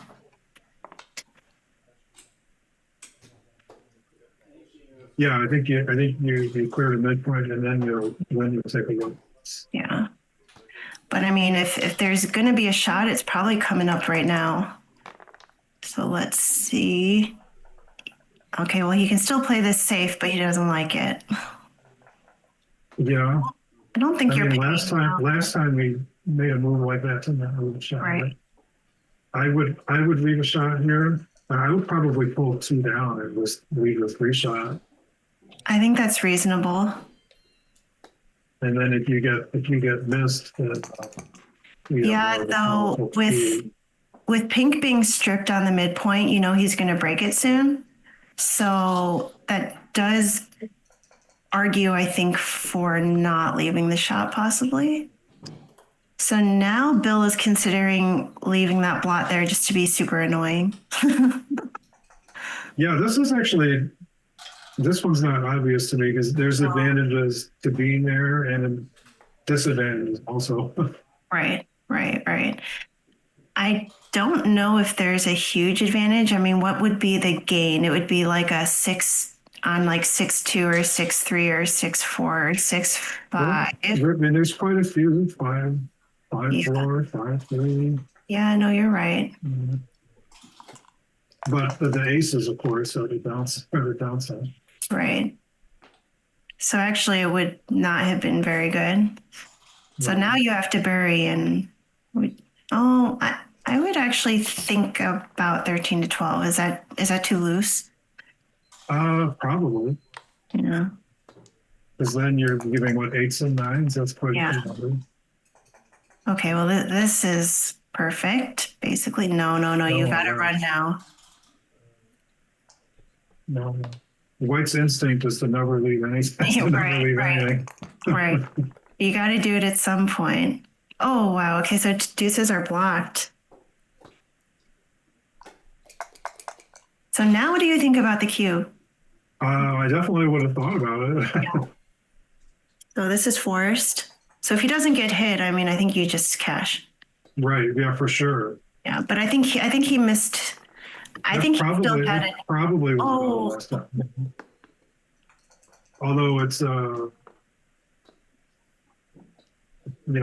think Red would have taken it just because there's a lot of numbers where you don't get say. Oh yeah, for sure. I mean, here you just play on though for the Yeah, technically it's a fight. technically, yeah, but it's fine. Right. It's what I started to say the other game. That one really is a free roll. Yeah. You can't. Your gammon chances are low, but there's no harm in going for it. Right.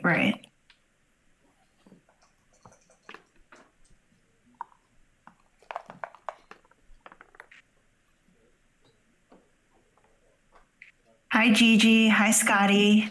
I see you guys in the chat.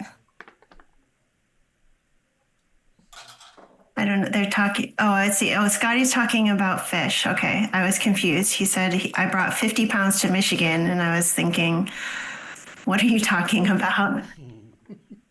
Okay. So Bill's on the board. That's great. Yeah. Where's your deuce? Yeah. That's fine. Yeah, I guess that's okay. So you make the 9 point here? Yeah, that makes sense. You could also maybe 11. Here, we just run to the mid. You know, I hate doing that because you're behind, but maybe. Yeah. But hitting on the 2 really didn't do much, but it would have stopped White from making a 5-point. Right. And now you can hit 2, or you can just. Yeah, I would hit 2. You have the insurance plan of that advanced 21-point anchor. So I think you want to whack here, especially being down in the score, down in the match, I mean.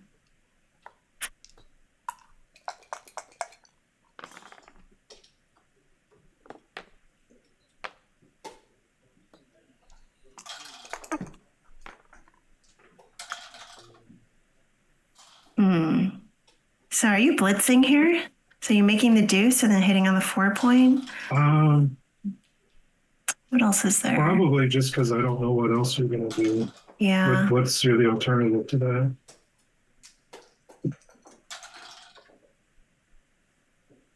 I don't really see a play B. You probably have to do that. Yeah, I think that's right. I don't like it, but what else are you going to do? Exactly. I mean, pink is a little bit behind this kind of quasi-priming structure, so you want to try and attack while you can. 1-6 is ugly, so. Yeah. Do you jump out here? I don't know if I want to stay on that ace point. I don't want to do either. I know, exactly. I think you jump out because the 8-point is stripped, so if he has to hit you with an ace, but he does have some pick and pass numbers. You but probably it's do. You probably do jump out just because it's not going to get easier later. Right.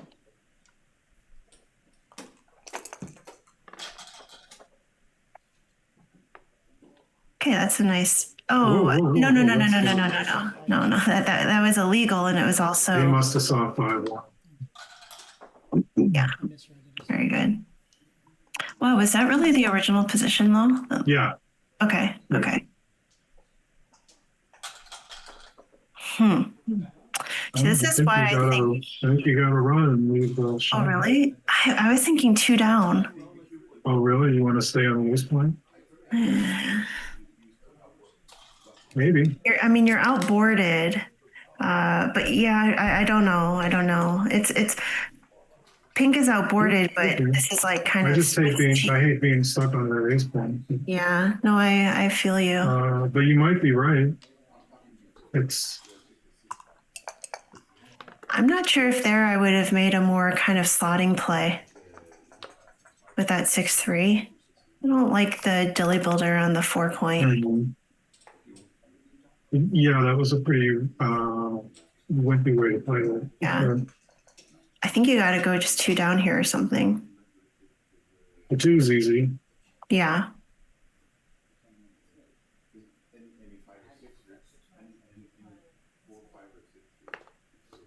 Yeah. Would you consider slotting the bar? Is that crazy? You got to. You could consider that. I mean, you wanted to do it last turn. You could do it this turn too. Sure.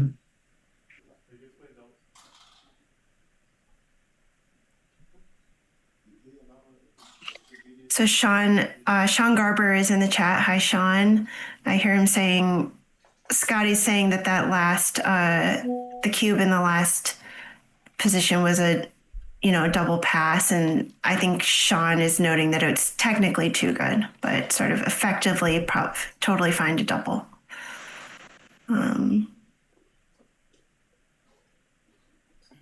Yeah, thanks, Sean and Scotty, for looking up. Oh wow,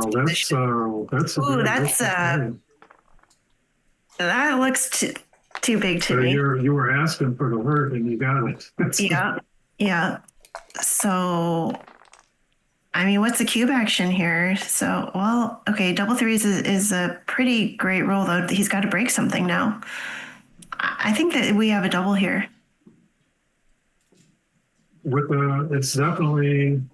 There's definitely some gammons in play with White not being angry. Yeah, and he's got some nice flexibility here to make a priming play. 5-1 obviously points, double fives. well, this is a little bit of a dud, but what are you doing here? Just put a spare on the Definitely not 5. the role you want to double with. Yeah. I think you bring it in from the front. Right. Yeah. I guess you get hit less this way. I still might have doubled that. There was some pretty solid volatility there. Though I guess now he's happy he didn't. Right. Wow, another terrible roll, kind of. I mean, he's happy he came in, but he wanted to hit. Like, ugh. It makes me so sad to put that checker on the deuce, but I think it was right. This is a good double. I mean, Is it? I feel like it is, but I'm taking, right? I'm definitely taking. Yeah. This thing. But you don't know. You don't always get out for one. Right. For one. Yeah, you're right. Actually, it could be a hair early. The third checker back makes me think it's a decent double, but you're right. Pink has some really good counterplay if white can't get out. I mean, you could. I'm thinking optimistically from those point of view. White doesn't escape, and then you hit, and white doesn't come in, and boom, it's a repeat, just like that. Right. It's just like Right. that. Yep. Oh, I think this is a big take. Yeah. Good take. Okay, well, he got out. And to be honest, That's why you double. yeah, I mean, if he gets out, can you take it? Can you take this? Maybe not. I mean, you'd have to. It depends We'd have on to what the count. race is. Yeah, yeah.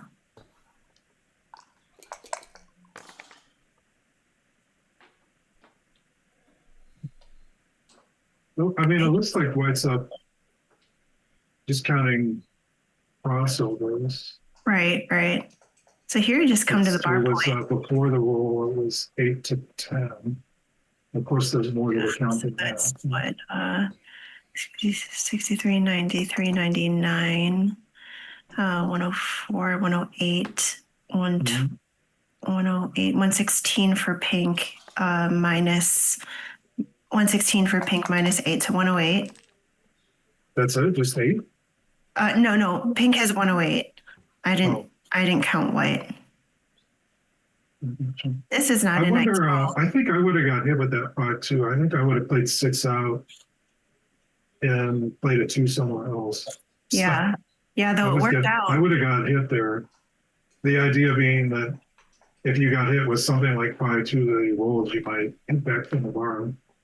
See, I would not do that. I would actually play that a little bit tight. Yeah, that play looked weird. Oh, wow, this is killer.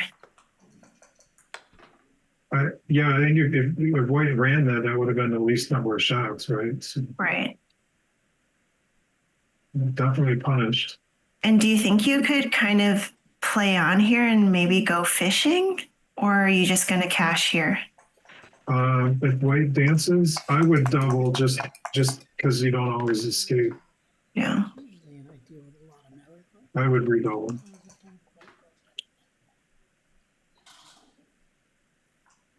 I don't know that there's a lot of gammons here, first of all.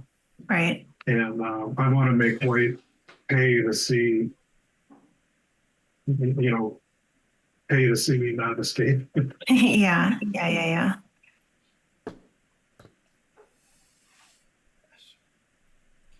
Oh, I thought he was taking. You can't take that. He picked it up like he was taking. Okay. I don't know. You wouldn't take that though, right? That's got to be a huge pass. Oh no. Yeah. Okay, so it looks like they're taking a break. Okay, I suppose I'll do the same. Yeah. All right, we'll see you guys in a sec. If you have any questions, you can throw them in the chat and we'll get to them when we're back.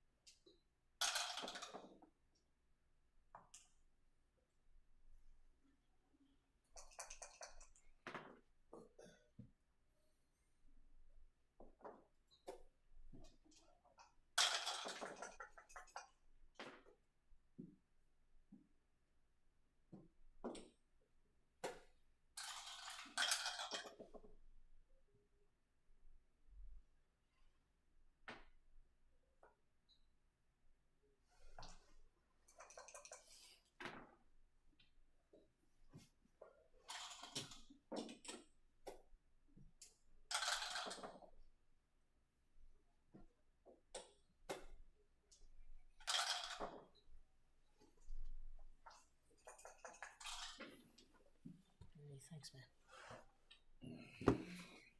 You want a beer? No, thank you. Okay, well, that's not what I was trying to do. I was just trying to be polite. You were very You polite. take it the wrong way. No, I did not. I've been out with you. I know you can handle It it. sounds really good. Okay, hi everyone. We're back. It looks like they're back at the board now. So thank you for everyone in the chat for being our XG feed. It sounds like the initial double from Constantinos was a pretty big blunder, and it would have been an even bigger blunder to pass, obviously. And then the redouble was a proper redouble take. Redouble pass. So that's what happens when you give those early doubles. You get punished. Okay, so Bill is deciding here whether to make the 9 point or point on head. This looks reasonable just because after he points on head, it's sort of like, well, then what? Now he has 10 in the zone before he'd have 8 in the zone, but you know. So here I would actually keep the flexibility in the back checkers and do something like this. Yeah.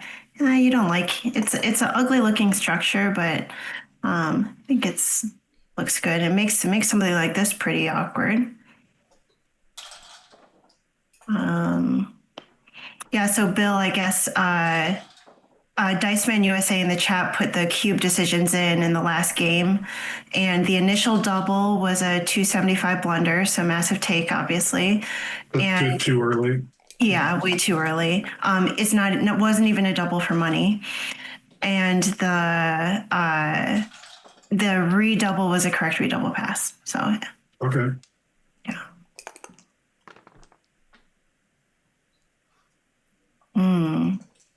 So 5-3. I think he just runs. Well, that's certainly the 3. Oh, okay. That's interesting. I don't know. You Yeah. don't want another man sent back. Right. Guess it worked out. On the other hand, you're jumping up into a double shot, but Right. no. Part A of that plan worked. Yeah. Well, that's pretty clean. Yep. So just run, Forrest. No.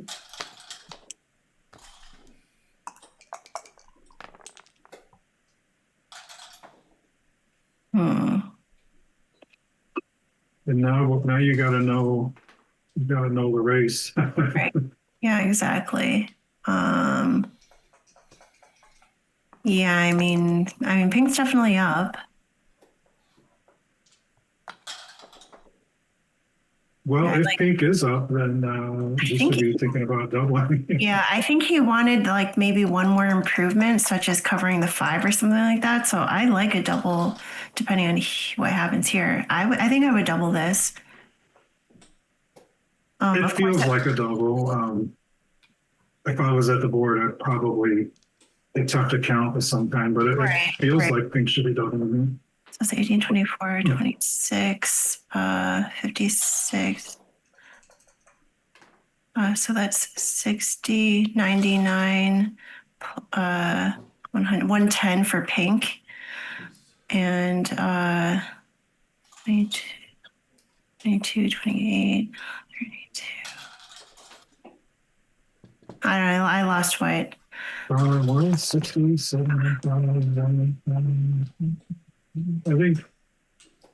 I think white had about 130, maybe a hair less. Okay. So we're up in somewhere between like 7, 8, 9, 10 pips, something like that. Okay. Which definitely a double. Yeah, good double, good take, right?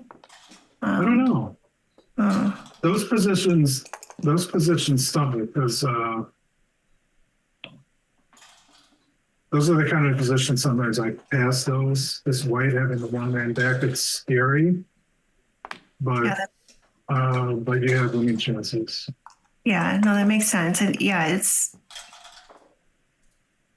because you're down in all phases of the game. You're down on a race, and you could be attacked, you could be fine. Here I would And say yet, 3. and yet you still win enough of the time that it's probably a take. Yeah.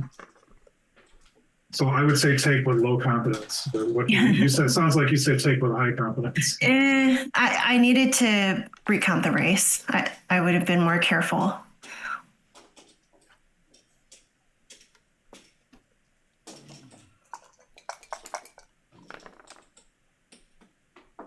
I think you just got to break that. Yep. Yeah. I mean, he's ready for a shot pretty much. Yeah. All right. So you could pick and pass. This is the kind of position where going to the ace might be right. Right. Just to slow him down. Yeah, It and could the race also be is right pretty, to bring a guy in and hope to work him over next time. I like the pick and pass just for I think the race is very close. No? Yeah.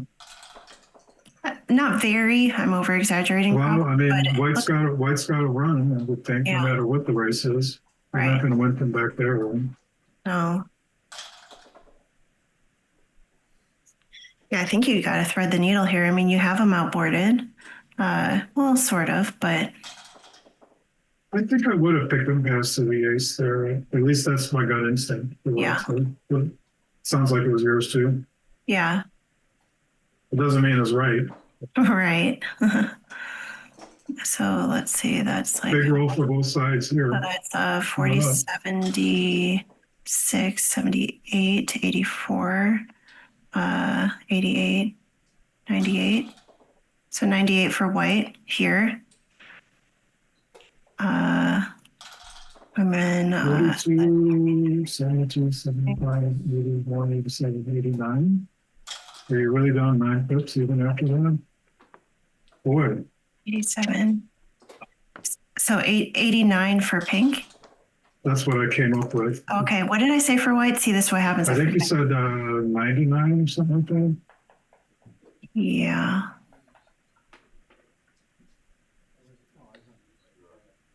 Maybe staying back is right if you're down 9. Yeah.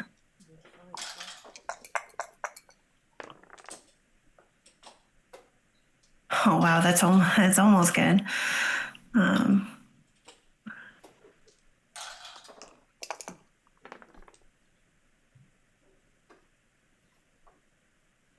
All right, now you have to just play safe. Yep. Yeah, I like that. All right, we got a game. Yep.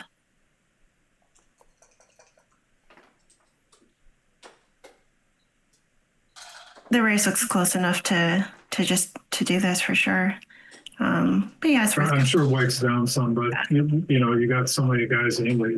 You can't stay there. 464, 66, 78 for white, and 30, 39, 40, 41, 50, 74 for pink. Okay.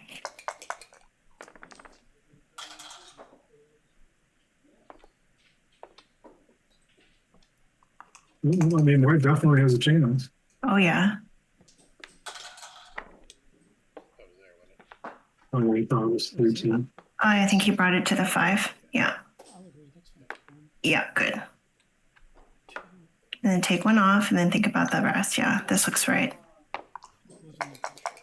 What are the rules there? Is White allowed to think thought it was a 3-2 and just play it, or Yeah, I don't know. I'm pretty sure every tournament is different. I have the feeling this is probably a legal moves tournament. Most ABTs are, but I don't know. In Monte Carlo, it was responsible moves, and I can't tell you how many rulings and fights I saw over the responsible moves rule. Because you can basically, I mean, Bill hadn't hit the clock, but once you hit the clock, you don't need to say anything. You can just, if you roll and you like what they did and it helps you, you just keep going. I don't really like that So though. he could have been gangster like that. Yeah, he could have said nothing. Yeah, he could have said nothing. I don't play that way anyway, even if it's, Yeah, same. in the rules. I just don't want to do that. Yeah, I play all my matches with a camera and I submit them for BMAB. So the illegal moves actually just end up being kind of annoying. So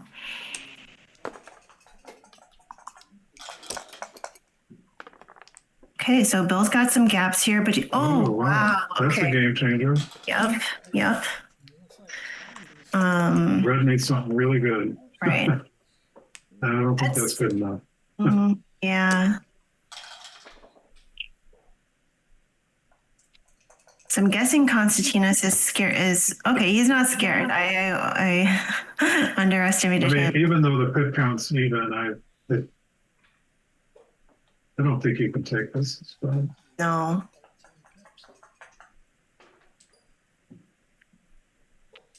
It's worth thinking about, though. Any redouble is worth thinking about. So, yeah, these are those positions though where if Bill just had like, a checker on the 4 and the 5 or something, it's possible you could talk yourself into a take. But that double gap there is so nasty, and yeah, I don't think it's that. The match at this score too, there's no adjustments really. Your take point is a little bit lower. Yeah. Probably about 20. Yeah, it seems like a big pass though. But I don't think that's enough. Actually, I have a chart in front of me. I'm trying to look it up. Oh, nice.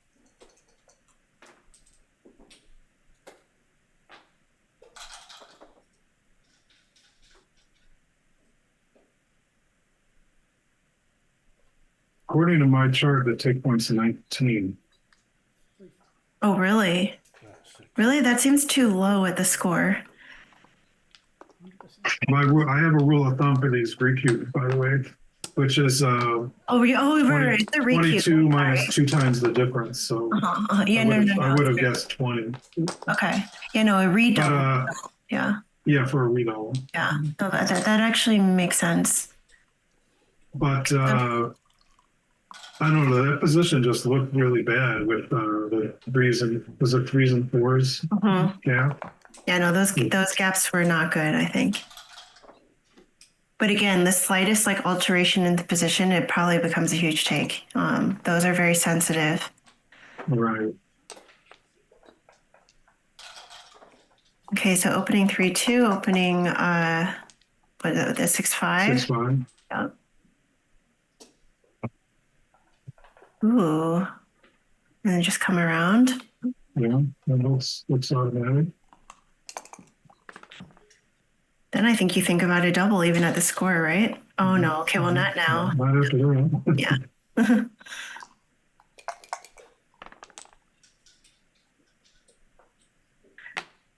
Okay, and slot the 5, because what else? Bill would love to make a point here. Maybe not that one though. And you just come around? Boy, probably you do that. I just, So ugly. those are the kind of mistakes I make where I just take putting 6 guys on a point and off and into something else. Because I don't want to do that. Yeah.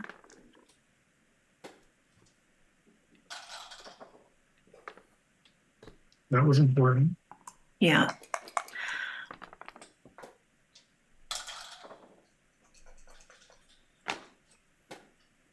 Interesting. I mean, it's probably a little bit early, but it's worth thinking about a double. But I think he needs one more improvement. Yeah. I think 13-9 here. I don't think I make the 5. Do you make the 5 point? Yeah, probably not. Yeah. You've escaped all your checkers. You don't want to get hit now. Right. Although you do get hit, 7s and 9s are a decent amount. Right. Oops, I think I rolled off. Oh no, it's a 5-1.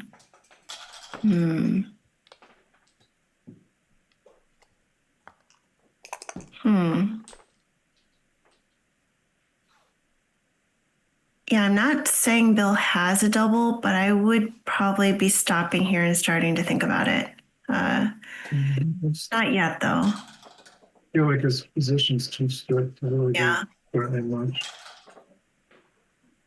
He's threatening to threaten. Yeah, and this is a terrible roll. Right. What can you do here? Either No. that or you hit, I guess. I don't think I do that, though. He is outboarded. Wish they Oh, had. wow, punished. I think I would have made that point somehow, though. But Oh, now it's probably a okay, double. now this is a pass. double. Yeah. Mhm. Yeah, 11 in the zone, one checker escaped. Lots of flexibility for pointing numbers. Maybe even too good, but I would Yeah. double. Bill has such a strange structure with seven checkers on the 6 points. So nasty. Yeah. So my bias tends to be leaving the shots early, so I don't have 6 and 7 guys on a point. You know? Right. I agree. No, I think he played that for But I 3. don't know. Yeah.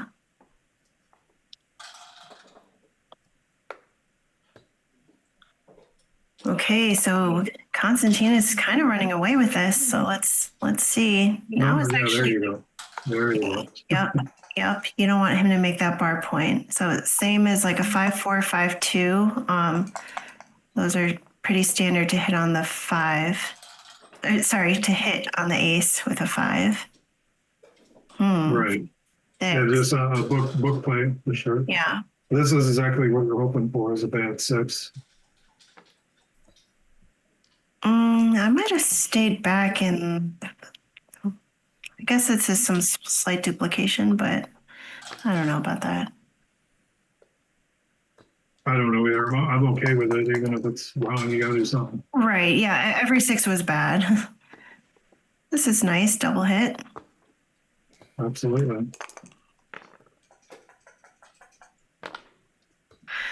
So He's people not are. happy with that. is he? Yeah. Yes. There's Can a you lot of blame him? comments. That's right. There's a lot of comments in the chat about some of the cube action, but at this point, I have no idea what they're talking about. Sorry, guys.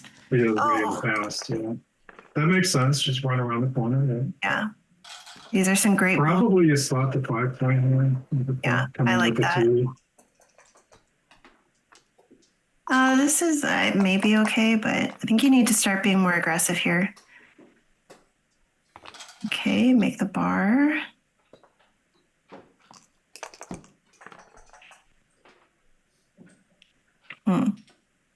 I think 2 down. Well, or that. Okay. But you're way behind in the race, You are, but you're also desperate for 9%. right?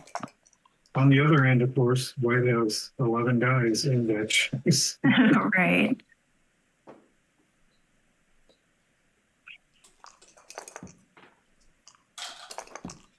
Bill would love to make a point here, something. And not really that, but I guess he'll take it, right? Well, no, I don't know. I think I think the defense was important there. I would have Made the ace. made the 4 point anchor with the ace. Yeah. Yeah, sorry. Made the 4 point. But then I guess But now you just now you get blasted. The whole Yeah. way. Yeah, I think you got to sweep the leg here. Yeah. Right. There you go. Ooh.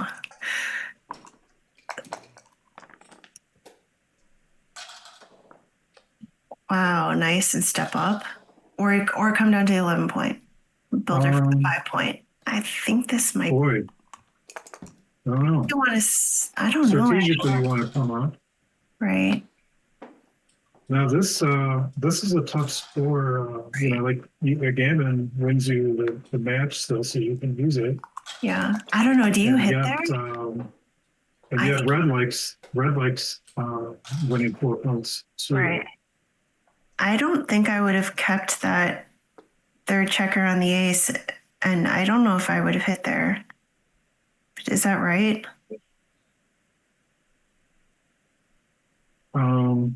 With 3-1, I might have just come in on the 21 point and not hit. Yeah, I Not- probably would have done the same. It won't. Yeah, No, no, stop you gotta. it. Oh no, you gotta stop. Oh, Oh, really? yeah, I don't know. I don't know. We both had the same Aversion reluctance to to checkers keep on the 3 eight. on the ace. Yeah. Because that point is not a direct shot, I think that's an argument to step up. Yeah. Scary though. That seems more important than making that point. Yeah.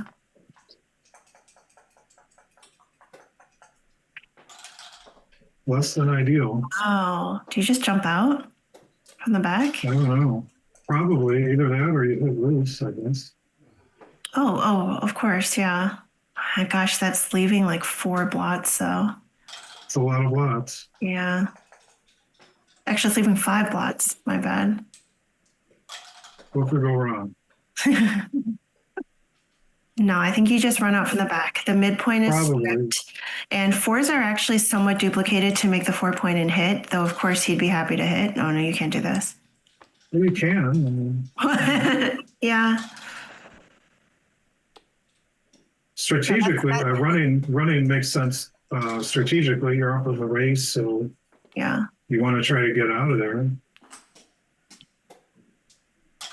This feels right. I mean, there's a duplication here of the 4s to hit and make the advanced anchor, and the midpoint is stripped. So, You get hit a lot, but it's not like the game's over. right. And if you get missed, you're in real good shape. You're not sure. Both plays leave 3s and 4s to hit. And I think I Bill, can't imagine that's the thing. yeah, this just feels actually like you're kind of leaving yourself vulnerable on both sides of the board. Mhm. Well, you did do before, so you Yeah. have that going for you. You Yeah. probably got a slap with that 4. I think you got to make the 20 point. So where's your 6? Although, okay, you want to make them come down and keep Something like pressure on that. both blocks. That could be. I like that. I like this. That makes So sense. Put your it's- checkers where you want them. It's tempting to hit just because of that blot. Actually, where's your 6 if you hit? Oh, it'd be the same 6, right? Or You'd would have you? to come out. Yeah. Or you could come down. Mhm. Just Bill's position is so stripped. I think this is reasonable. That's a tough play. Yeah, it could be way too like kind of safe at the score. I'm not sure. Hitting could have been right there soon. Now you just run all the way, I think. Oh, he's thinking about lifting. Yeah, you should. Reasonable to think about. So ugly though. I don't know if I could talk myself into that, but it's very reasonable. Well, you don't really a double Right. shot at 2 blocks. Yeah. No, at this point you're so ahead. It's just you've basically gotten all your checkers escaped, so the argument would So now definitely you have be safe. an anchor and guard, Yeah. whereas people don't call it that anymore. Well, most people- I like anchor. So what do you do here? Huh? That's probably this is probably okay, right? That looks a little questionable. Okay, Yeah. It's always annoying because you want to make your points in order, but what else are that's you not doing? something.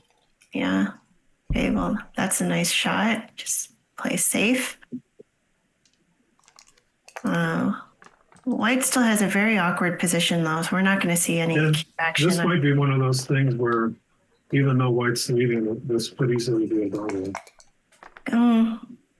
I think if you can fill some sort of point in, okay, like even that actually, this is looking good, but that gap on the 4 is, Right, but I mean, red has a gap too. yeah, I'm not sure if I would step up. I think you're more likely to get double by stepping. Yeah. I think I might have just slotted the 5. Do you think that's even a take though, if you don't? So now we're basically just in a pretty standard mutual. 6-4 was a garbage number, but Yeah, totally. I mean, if white can escape this, ooh, okay. okay, well, my double wouldn't work.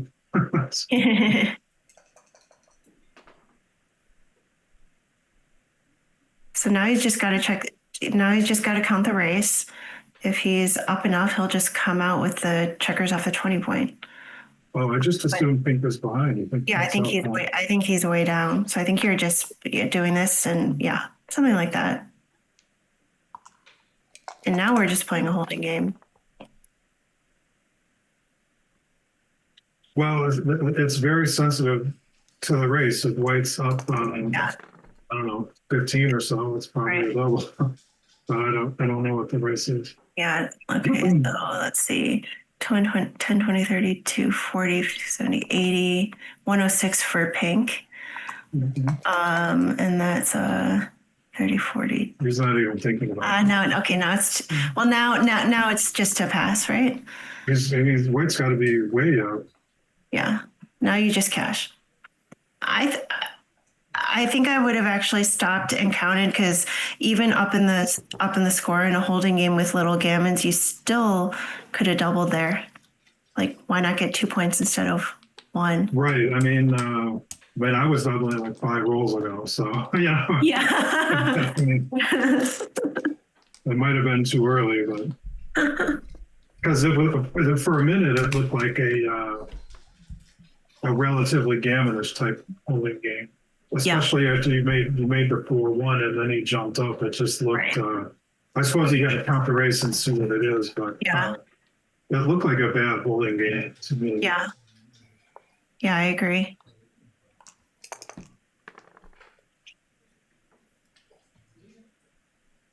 Oh, who's 6'3" is it? Oh, it's for Bill.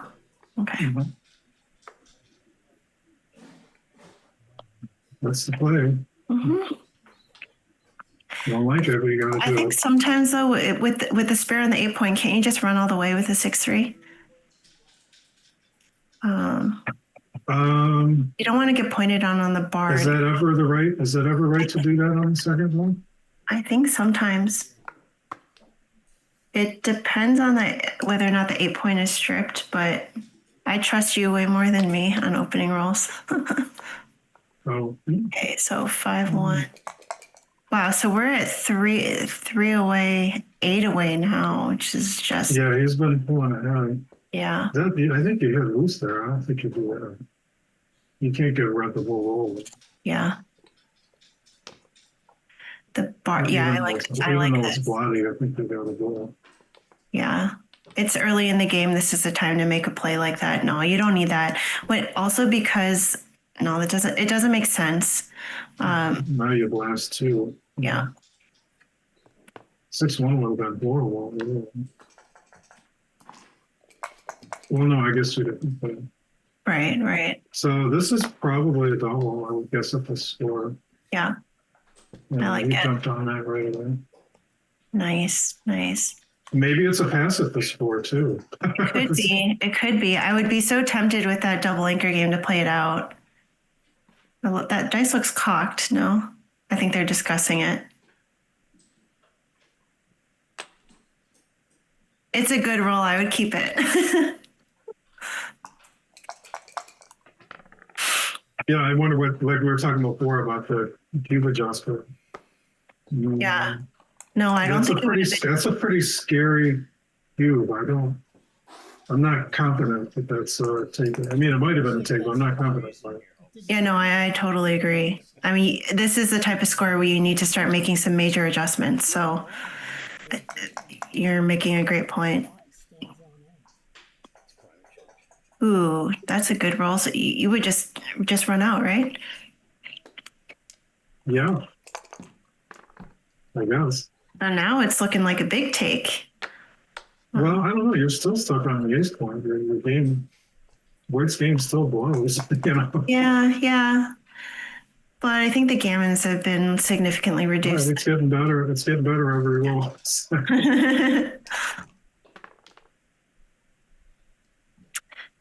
Oh, that's a good roll. But wow, It's you good. have I don't know what to do with it, but so it's many good. options. okay, once again, you got to count the race. Sorry, guys, we're just it's moving way too fast for me to count the race. But you know, if you're way up, you come out and make the 4-point. I think, right? This is a virtual. So I think if you're up, you just come out here and make the 4. Yeah. Well, I think you're making, well, I guess you got three different points you can make. You're going to make 2 of them. Yeah. So this is one option. You looked at the other option. There's yet a third option too. Yeah, he must have realized that he's up, and yeah, he must be up. Okay, that makes sense. Though it's not going to It's a be little stiff, but yeah, it's 4 not going to points be is a great easy to point to clear. have. Yeah, And you know, given a roll or two, you're going to be hitting loose down there. right. This is kind of forced.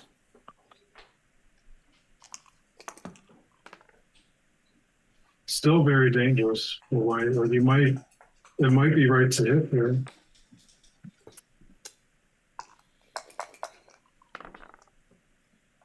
With the board being rotted, maybe you should go for it. Oh, sorry, I think I missed it. Well, he could have played 6 to 1 instead of just bringing it in. I see. Yeah. And I think it was a little tempting just because white didn't have the board made yet. This is now you're good. leaving a shot. Now This you're is leaving a really shot nasty. anyway. Yeah, you got to hit, right? Yeah, I think you have to hit some way somehow.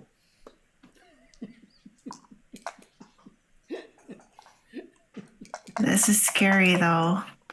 For what it's worth, my spidey senses the hit would have been a little stronger last hole. Mm-hmm. But that's good. A dance is Yep. Okay, dance so was cut. part A of the plan. That was part B. Yep. So now he covers and exhales. Ooh, 2-6 from the bar. I think you got to jump out. I think you got to jump out. You're behind in the race, but it doesn't matter. You don't want to get pointed on. You don't want to get gammoned here. You still could get hit. Well, I think the best way to win is to come out for starters. Yeah, I agree. You probably get gammon less too. Yeah, because if you don't get hit, you're in good shape. Sort of. I mean, you're not winning, but You don't get hit, you're out of the gammon danger.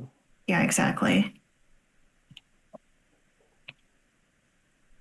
And it may not actually be that easy, even if pink doesn't hit him in the home board, it might not be that easy there to get out.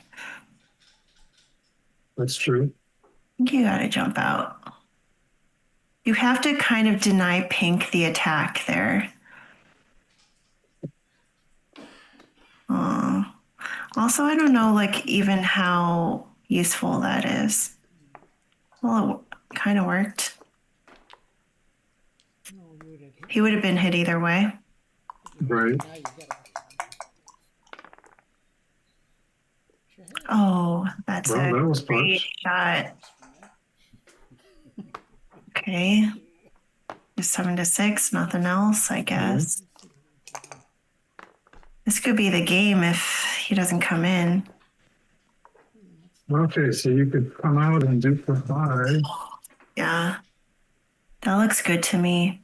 I don't like being stuck. I hate that. Well, I don't know. My instinct is to come out, but Yeah. yeah, that doesn't mean our instinct's the same, whatever it's. Oh, and he would have gotten missed. I guess you got to shift probably just to slow him down. Right.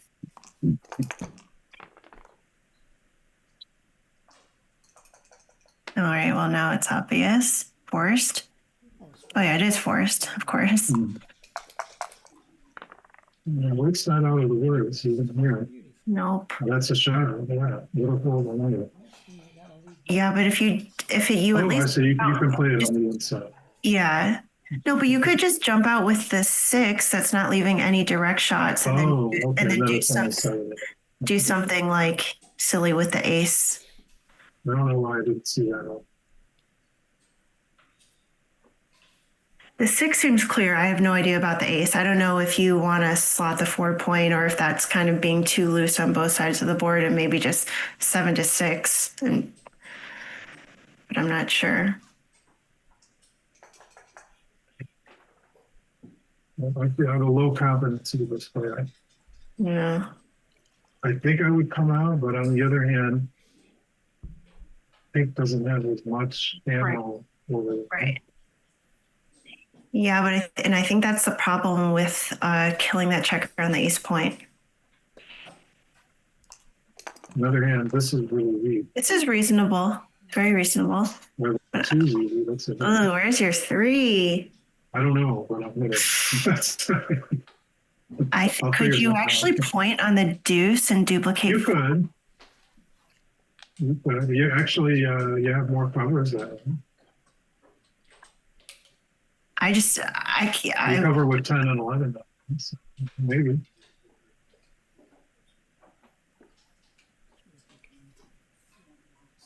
I just wouldn't. Lots. Yeah, I would not have the courage to play the only other 3 that I see. Yeah, I like this. I mean, I don't like it, but I don't know what else.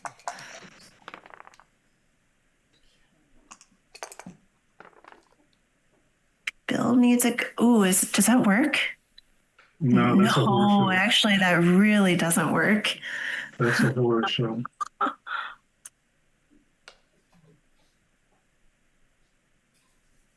You know, he played 2 of them at once again. I think you got to go back and play them one at a time. Yeah, I think you actually need to keep the home board, no blots in the home board, and leave the 3rd blot out there. But okay, it worked out, sort of. Oh wait, no, it didn't. But it's okay. I think at least you got to consider not leaving a blot. Ooh, nice. So now you got to. That was a good rule. Yeah, now you got to pick it up, right? I don't think so. He could also come in on the 4 and hit on the ace, but that would leave way more blots, right? Oh, yeah, that's a good point. Now he's in good shape, I think. I keep saying that, but... Well, that's another hit if he wants it. I think... Are you hitting, though? I might hit on... I think so. I think I would have hit. Mm-hmm. I don't know. Wow, okay, well, it worked out really nice. Well, now you're in really good shape. Yeah. I think 2 down. I like 2 down. Yeah, it makes sense. They're attacking all the blots. Yeah, and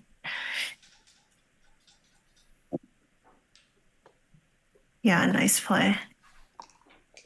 There's still gammon danger if you want to. Yeah. Okay, Bill really needs a deuce. There it is. Back in the gammon danger. Up. What do you do here? I think I would just make the 9 point. I think I'd make the 9. I don't actually like having a point made that's 6 away. And the next step, Bill's next task here is to just bring the checkers in.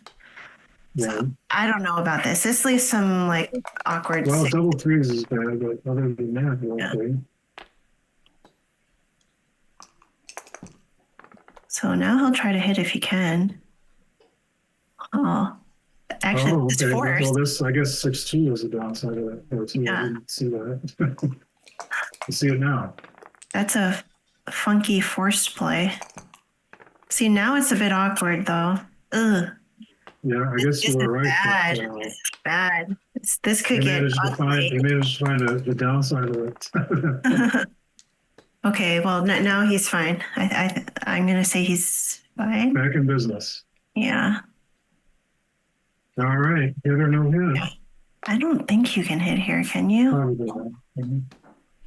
This looks good. If you can fade this, I mean, you might be sniffing some gammons. Oh, it's almost a lot. Yeah. Oh, wow. Well, okay, what do you do though? Put that checker back on the board. Yeah. But not on the bar. There you go. It was on the 5 point. So that's an illegal position. Right. Right. Yeah. I don't think it really matters, but Yeah. because you were going to get gammon anyway. Right. Right. Wow, we got a game now. So Yeah. I mean, I sure. feel like the gammon is pretty much on lock. So that puts us at Well, 8-7. Oops.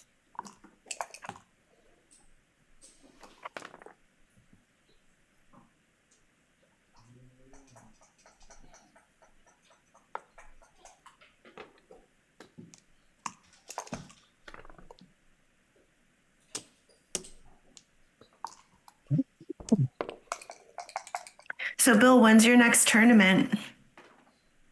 I think I'm probably going to go to Nashville. Nice. I don't Nice. play that often.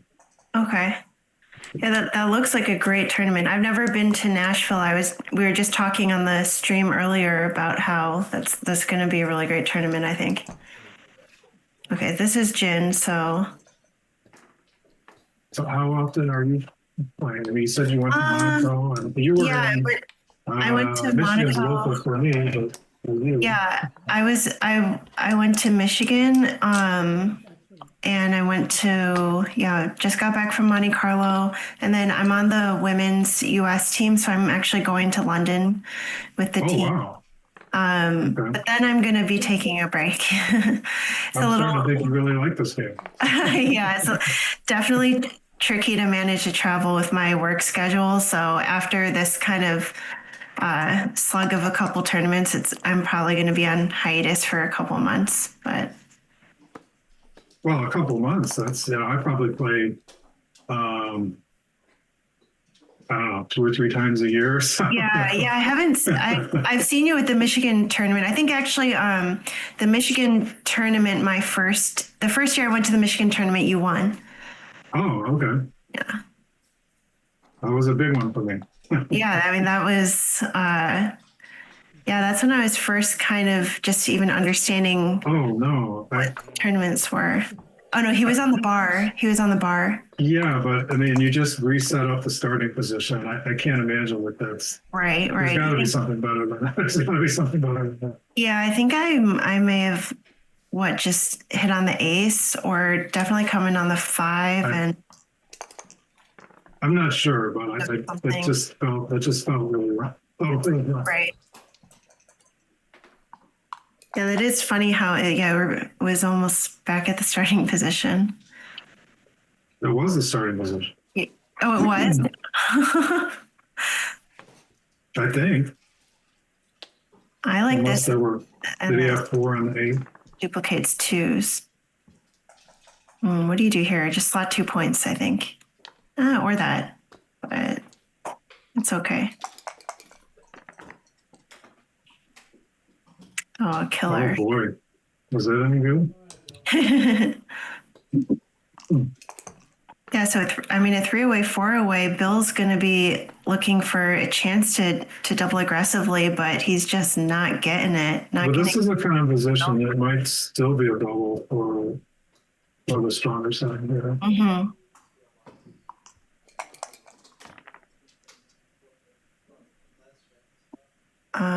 Wow. You can actually point on it. Yeah. Yeah. This is kind of very similar to a position we saw earlier. This is beautiful. Or you could make the 4 point. No, I like pointing. It's hard to argue against that. Yeah. And if it was me, I would just cash for this. Yeah, I think so. I might have doubled the roll before, Mm-hmm. but I don't know. Yeah, I agree. Every roll, I'm always thinking, I want to double. Right. You know, so sometimes I double too. Yeah, I mean, he certainly lost his market. I mean, you can't take this.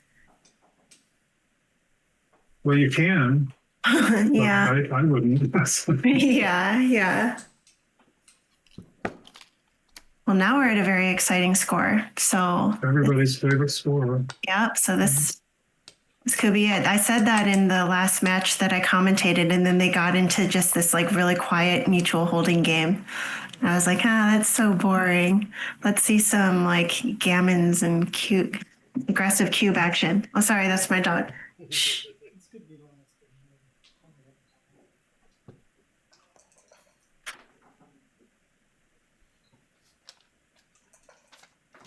Brother, one last break, huh? Oh, yeah, okay. So if anyone has any questions in the chat, throw them in there. Though we are on a delay, but we're on a break now. Let's see. Oh yeah, Scotty says a Coors Light moment, LOL. And we know that Bill Lonergan's basically Is that his water. drink of choice? Water. It's basically just water for him. Yeah. Okay. And so Alex, who's my match equity living match equity cheat sheet, says Pink should double more aggressively at this score, especially at gammonish positions, which makes sense because he was 4 away, 3 away. Unfortunately, Pink doesn't seem to get anything going. So yeah. But I think they're behind. So right now they're watching just before the cube action happened. So let's see what they say. If white missed the market. Yeah, I'm hearing the references to takes, but I don't know what it's referring to. Mm-hmm.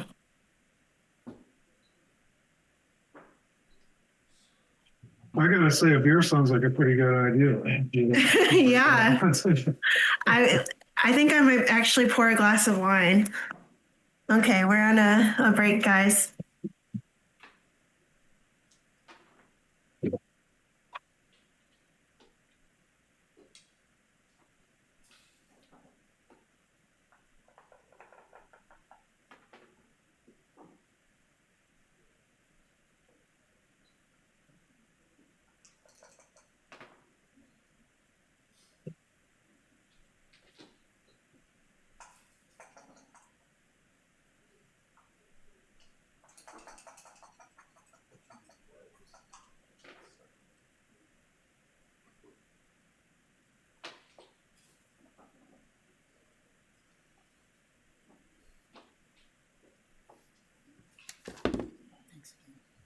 Okay, we're back. You have a dog? So Alex Shagan is in the chat and he's saying that doubling as a trailer at 3 away, 4 away does 3 things. 1, activates your gammons. 2, kills the opponent's gammons. And 3, kills the cube. And I think those are all really great reasons. Fortunately, the game didn't quite go as planned. So now at 2 away, 4 away, I mean, Pink needs to double crazy aggressively, though. Look what's happening here. Bill just cannot get anything going. I mean, this is looking very undoubled gammon to me, which is quite unfortunate. Mm-hmm. So we got off to a quick start, Bill, and I was saying that, Pink is going to double aggressively at any chance he gets, and now it looks like, white, Pink, and now it looks like white's going to get an undoubled gammon. So Certainly what white's going for. yeah, so lots of exciting things happening in this. Very important rule for Bill. Yeah. Okay, that's That was great. very good. Yeah. But white Not out of the will woods yet, but that much white will better almost to be, never double here. He's got to keep blitzing. cover and hood seems automatic. Yeah.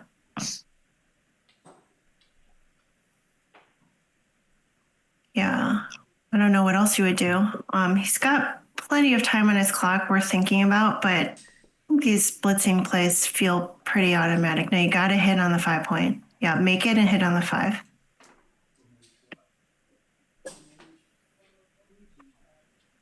Yeah, I don't see another play. I assume we'll come to that conclusion. Oh, no.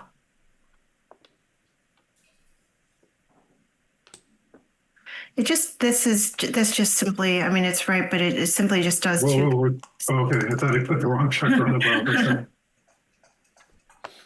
ball. Oh, wow. Okay. That's great. Definitely not out of the woods, but that'll save some gammons. Oh, oh no. No, No. you don't need to be doing That's got to be way too stiff. Yeah. Okay, this is a great roll. Bill is breathing life back Well, into now, this game. now things getting back to maybe Yeah. you can double territory again.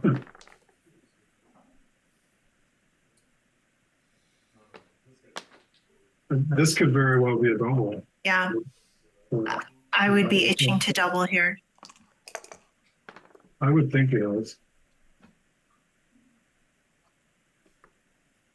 Great That's roll. enough that. Yeah, white no, could be I think he, passing, I think. but I think he missed his market now, no? Yeah, I agree. I don't know if white was could even take classical. Yeah. Okay, come on, Bill. Bill, ship it, ship it. I think it would be a big blunder not to double here. No, you don't play on. Maybe? Can you? That said, his position's it's getting better every shake. Right. I think I might step up on the back and go 8 to 5 here. What do you think? I don't know what this is doing, but Well, he's putting his He's gonna hate record you. where he wants him. You can always double out. I would guess, double so. from. I think I'm doubling right. from the bar here, and you got to Yeah, I think- put pressure on I'm that. sorry to talk. I apologize for talking. No. Sorry, I'm doing the same. Go ahead. I was just saying, I agree with you. I think this is a double out. Yeah. That's definitely your ace, I would say.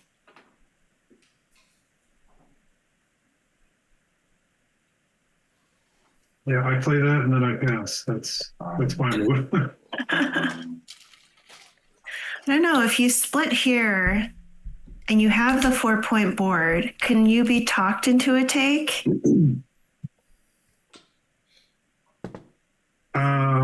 I could be talked into a take here. I wouldn't. I just feel like the gammons are sky high. I don't think you can do it. Yeah. So now he has to hit. Yep. We don't have to, but Yeah. but I like it. Right. I mean, you could lift and hit later. But like you said, you want to win a gammon. So Ooh. Can you is it too ugly to lift here?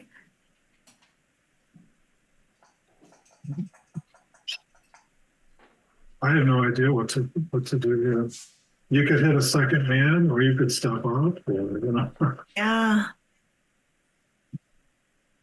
You could either anchor. I don't want to lift, but even if it's right, I don't want to do it. Yeah, I know it's so ugly. It just feels I might hit a second guy. No. really with no gammons here, or rather, no need for a gammon here. Doesn't mean it's right, but it feels like hitting loose was probably the way that wins the most. You know. Yeah. No, I trust. But you also get gammon more, right? So and Right. getting gammon is very bad at this sport. So Ooh, 6-5. What can you do here? I suppose you do that and hope you can hit. You hope you get a better roll next time. Yeah. Oh, There you go. okay. Now you get This now you is get a chance to do some damage. right. This plays itself. So that's so ugly. All right. Ooh. No, So you those got two are it. easy. Yep. And just make the mid, right? Or you could do you come around to the 8-point instead? I want to do that so I can attack. Right. That you're taking a little bit of a risk, but I would do that. Yeah. You're also duplicating 3s. 'Cause I want to try to gammon and win the match. No, I agree. I It's, oh my gosh, I just said duplicate threes. Okay, well, it didn't work. Application of threes concept coming. Yikes. That's a joker. It's got to be a joker. Well, Oh man, Bill was just getting some momentum.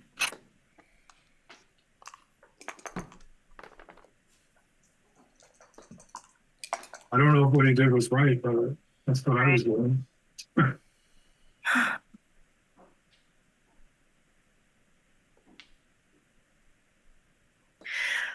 I think that Sean Garber is saying that he would have gone 6 to 5 hit, and I think he's talking about that double hit play that you were.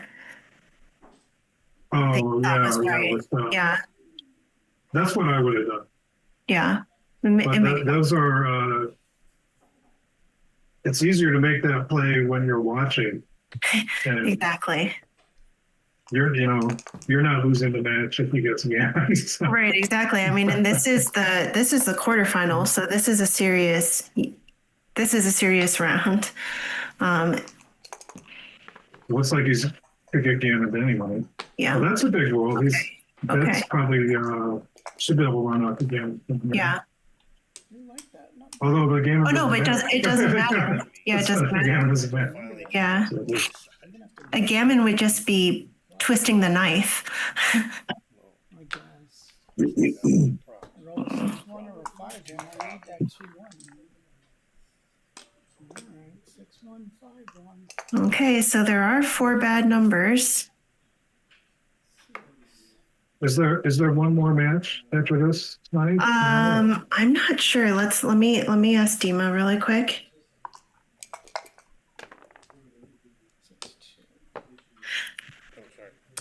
Oh, sorry. Yeah, okay. Sorry, I did No, no, two like that. no, it's all right. Okay, so this is Jen.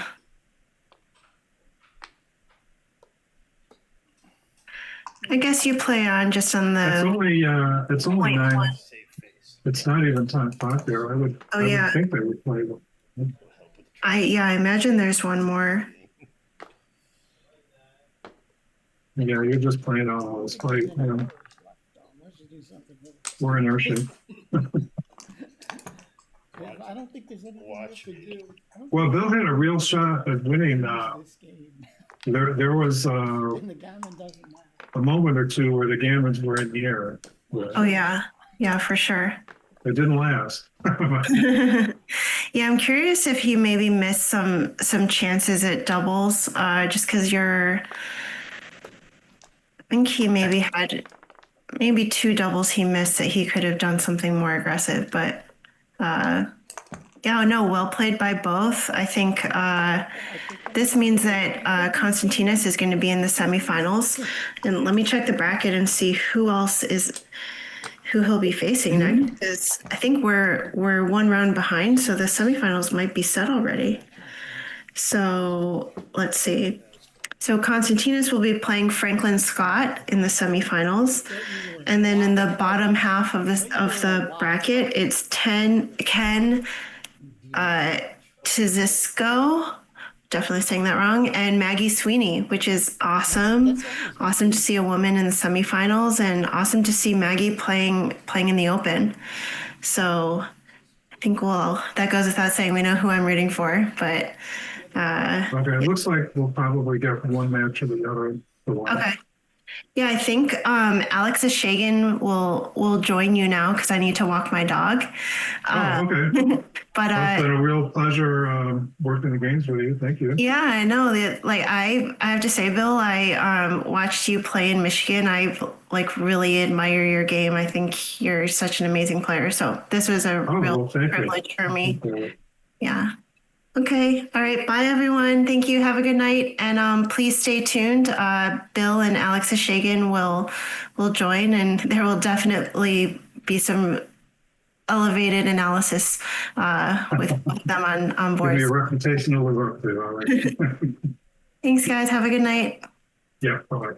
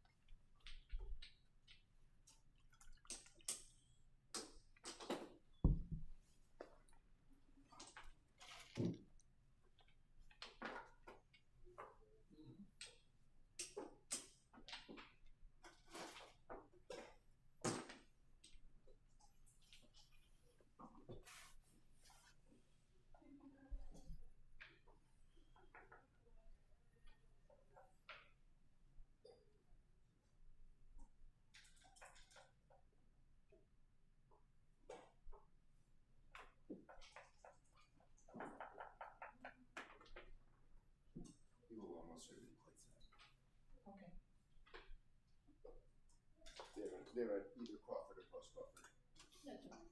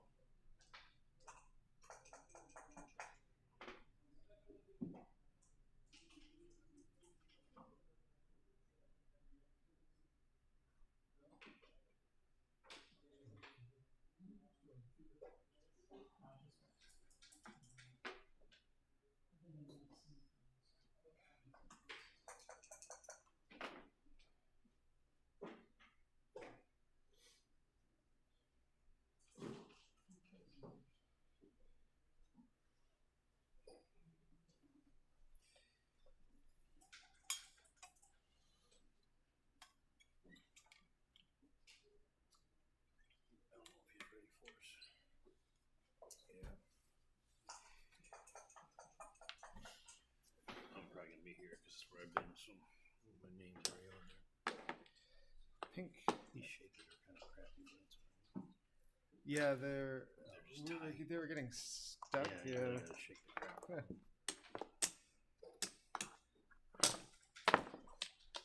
So you're at Iowan. Pardon me? You're in Iowa.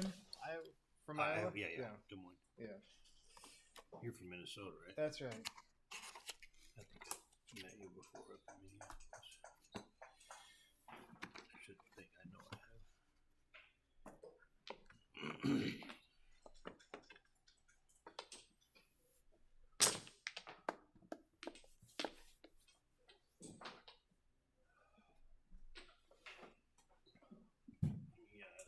Yeah.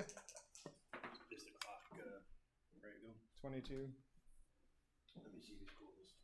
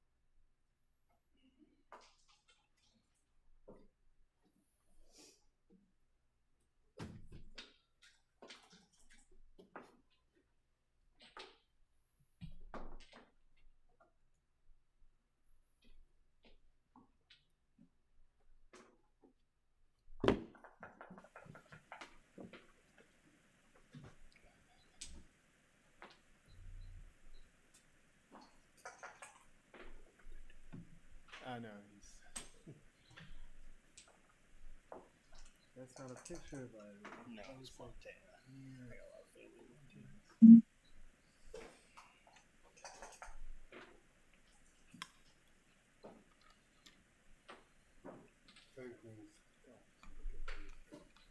That's a moving name. oh yeah. You haven't seen enough of me today. So this is semi-final. Yes. Correct.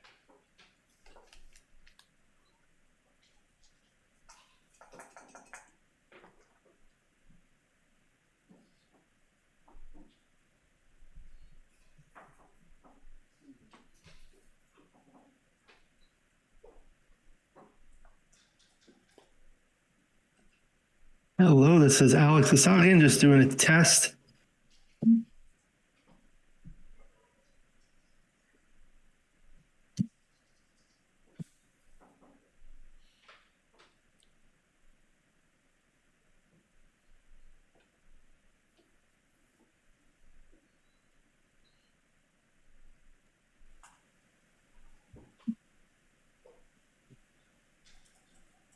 Hello, hello.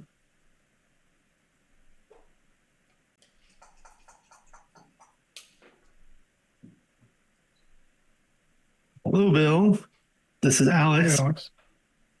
Nice to meet you. On my Likewise. screen, on my camera, I'm in the dead center, but on the I know, I don't I'm see not. myself. I don't know why that is. Oh, There we go. We're fixed. I'll assume Dimitri did something. Well, I watch you frequently, so it's nice to, Thank you. although I don't think we've ever met in person, but a virtual meet.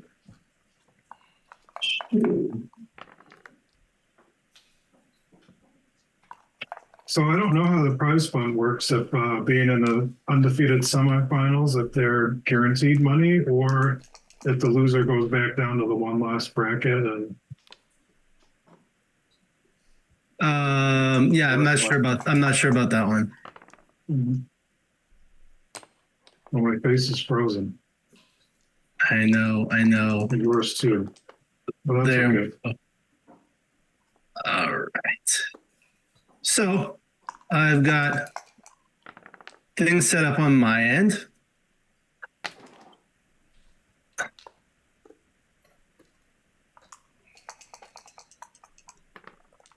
I don't know either of these players, do you? I don't, but just to introduce, we are at the 2026 Wisconsin Championships. This is the undefeated semifinals between Konstantinos Lekas playing the white checkers at the bottom and Franklin Scott playing the pink checkers at the top. Thank you to the USBGF and ABT, Jack Edelson and his team for running the tournament, Dimitri and everyone else for helping with the stream, and of course, backgammon.com. My name is Alex Asagi, and it's a pleasure to be here, joined by Bill Colton. Thank you for joining us. How are you doing tonight, Bill? I'm doing great, thanks. Yeah, so you were watching the previous match where Konstantinos played, and you were with Melissa. So what did you think about his game? Well, I mean, he seemed to play pretty well, but I thought I saw some, what looked like some errors to me, or whatever that's worth. A little cautious, like at certain spots where he played pretty cautious with the checkers and also cautious with the cube. Well, great. Looking forward to this one. So he rolls a 5-1 from the bar. He can hit there or he can hit on the 8-point. This is an 11-point match. So for the viewers, they're playing bearing off on the right. The clock should be on the bear off side, but it's on the other side. And the scoreboard is to the right. So now he can't come in. What do you think about this cube? I would think it's early just because white only has seven checkers down there, so it doesn't seem that dangerous to me. Right. There's the fives that hit, but three back is a lot behind the 3 prime. On the other hand, three behind the best 3-point board. That's not nothing. Yeah. But here I was just saying how I thought he was playing a little wimpy, but that was not. That was very aggressive. So, Yeah.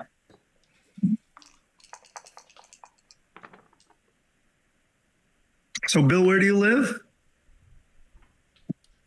excuse me. I live in Michigan, So north not- of Toledo. So not about too an far. hour, from the Detroit area, or Okay. 45 minutes to an hour from where the Novi tournament is. Okay. That's good. So Novi's local-ish to me, but I usually stay at the hotel when I play there. Right, right. So, I mean, this went pretty good for White. He hit, but, you know, I still think Red still has a pretty comfortable game even after that. Yeah, I mean, he wouldn't pass it now if the cube were in the center. Okay, so double three. Think this and make the 4 point. What do you think? Oh, I don't know about that. I like making the 4 point there. Yeah, I don't think you're trying to prime here. Try to equalize board strength, so in the event of a hitting exchange, you're not an underdog. Yeah, I think I would have I run would have back. made the 4 point there. Yeah. Yeah, I would have run with the 6-2 ahead in the race with fewer checkers back. Yeah, that's a good point. Even though it's a double shot, strategically, you want to get the heck out of there. Right? Yeah, and you leave blots in front of stripped points. That's always something good. Mm-hmm. Oh, thanks. Sean Garber says the final 4 cash. Thank you for that. Okay. Well, that's always a relief.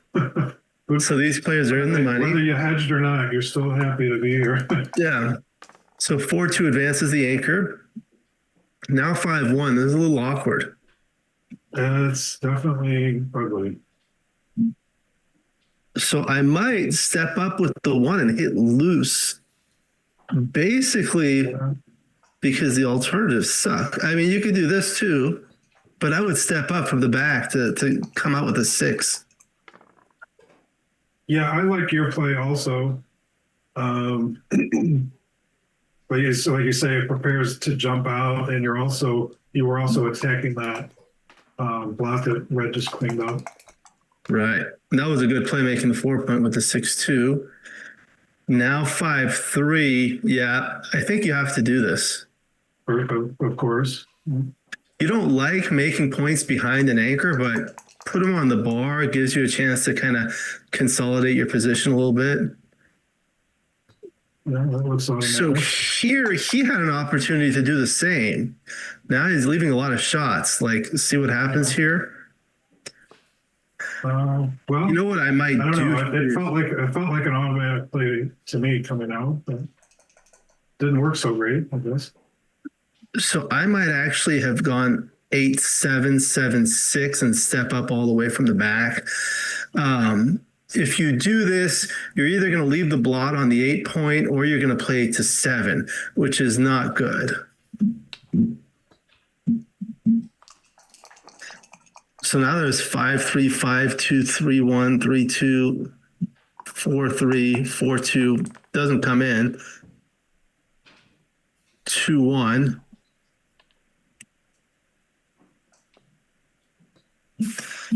So doing that kind of like makes your position a little weird because you don't really gain an extra builder. You just kind of kill it. Well, you don't, but you don't get hit that way. Yes. So now Franklin still has time to just stick around. I don't know if he goes by He needs to come in. Franklin or Frank.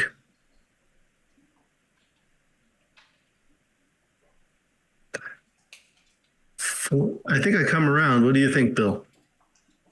Well, you're definitely breaking that outside point. I'm not sure if you come around or you play both. It certainly looks reasonable.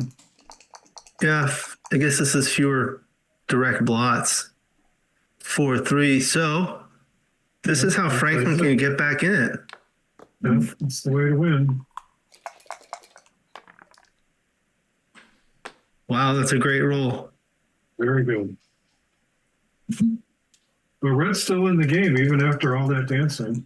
Yeah, white still has to bring a couple checkers around.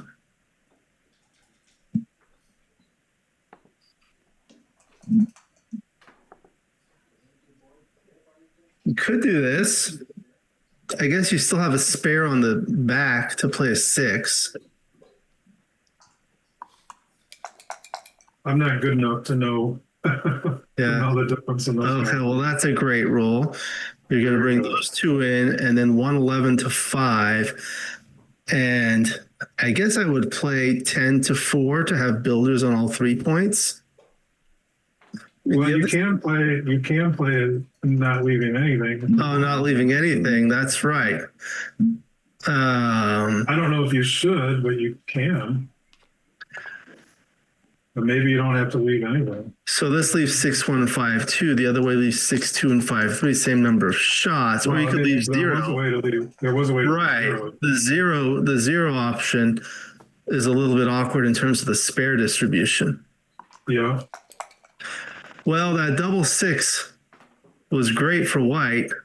Now he's got the 5, 2. I guess you're going to have to bring 2 to the 5 point.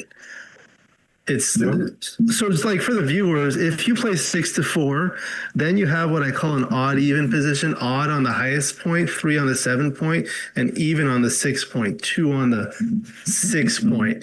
That is a very awkward position. Rolls like 6, 5 play really awkwardly. You really want to have a spare on the 6 point.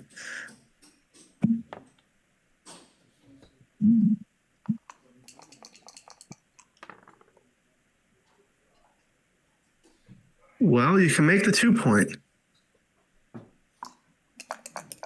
I like making the 2 point. It basically uses that spare on the 3 point, but this probably saves more gammons.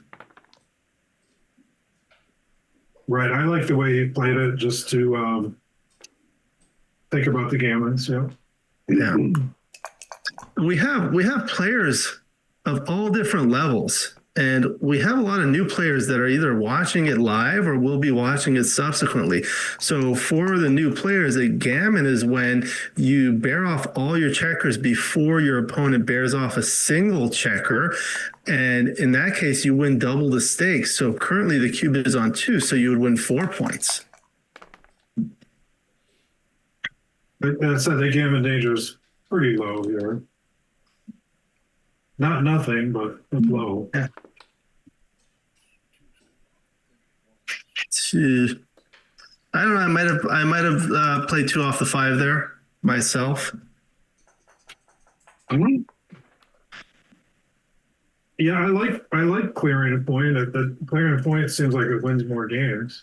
It wins more games. Playing 2 off the 5 wins more gammons. Right. 4, 3. So now he's got to play 2 off there. I like the dice on checkers. It moves things fast. You could have actually cleared the 4 points. But that would make things really awkward. Like double 3 would have been terrible. Oh no, he would have had two checkers there. But now double 4s, 5s, or 5s and 6s are bad. Now he'll have a bad 6-2, 5-2, even 4-2. Well, I think everything plays safe next turn. For white? Yeah. Well, 6-2 and 5-2 leave an immediate shot. Oh no, they don't. They make it awkward. You're right. You're right.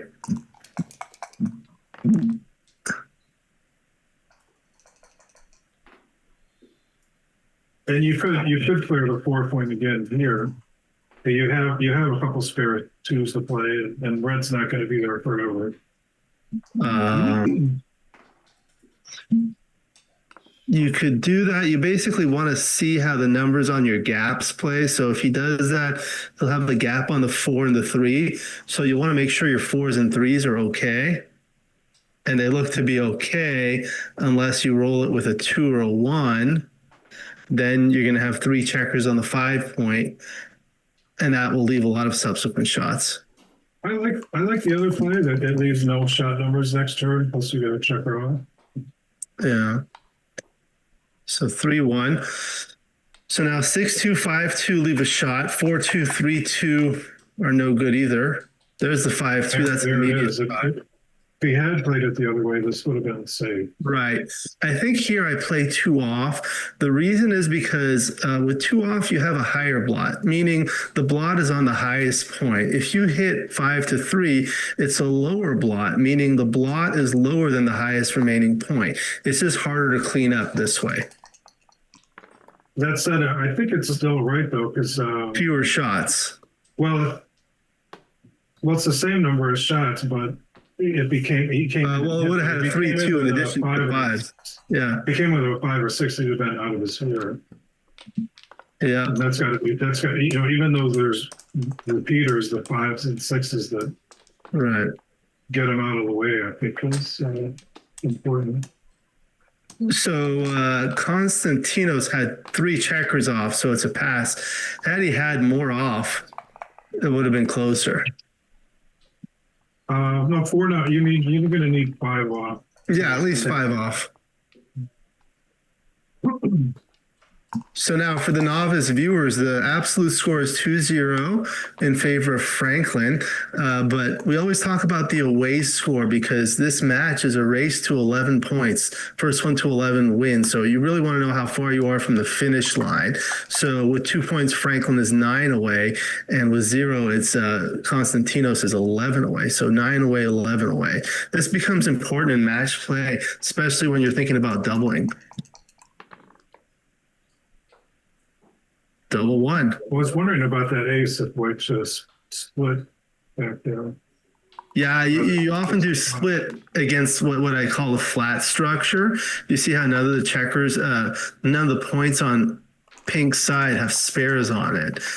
That means if he's going to try to attack, he's going to have to break something.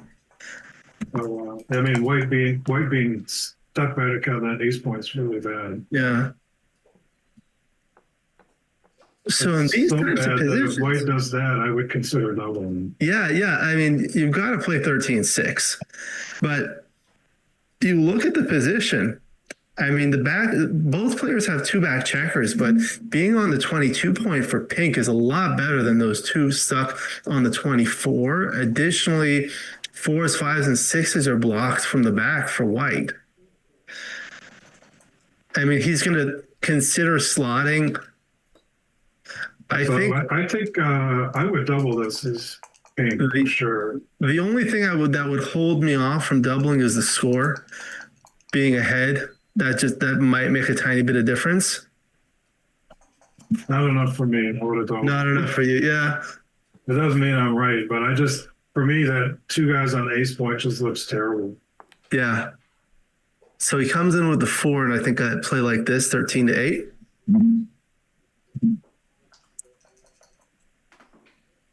Yeah, you could also bring 2 down, but maybe that's too big. Yeah, I don't think you need. Oh, this one, no. See, in these kinds of positions, you really want I know he's trying to not, get a shot on 6-1 and 4-3. But you really want the spare on the 6 point. Right. Well, that was a nice reply. Yeah, 4-2 comes in and hits back. And now I'm doubling again. I'm doubling again.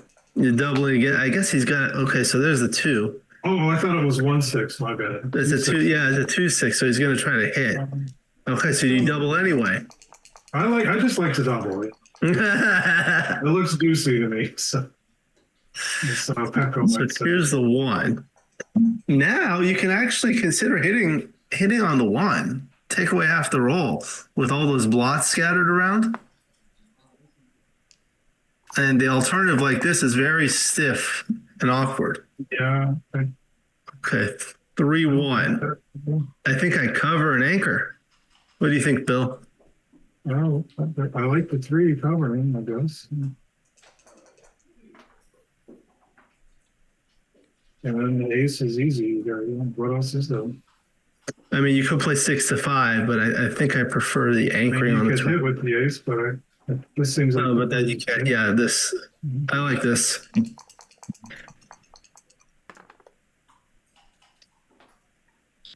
Okay, so got a hit.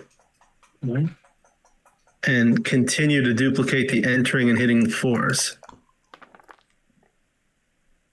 Oh, hi, Melissa. The commentator videos are frozen. Melissa, are you able to message Dimitri about that? Are they not hearing us or just not? I they're think not they seeing can us? hear us. I think they can Not hear us. seeing Let us. us know. Let us know if you can hear us, please. I just assumed you could. I can hear you, so I assume too. But I can. I know our face is frozen, for sure. Yeah, I could do a test right here. Suppose we could pull it up on YouTube ourselves. Yeah, I heard our voices from the live stream, so Okay. that's working. Yeah. Well, it looks like I don't know that you're too good. I will probably just double here.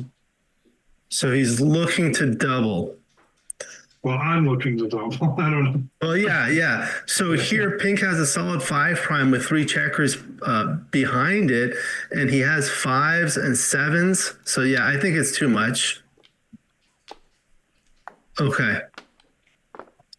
So that gives Franklin a 3-0 lead, 8 away, 11 away. I tell people anytime your away score is value on the face of the cube, it's a sensitive score.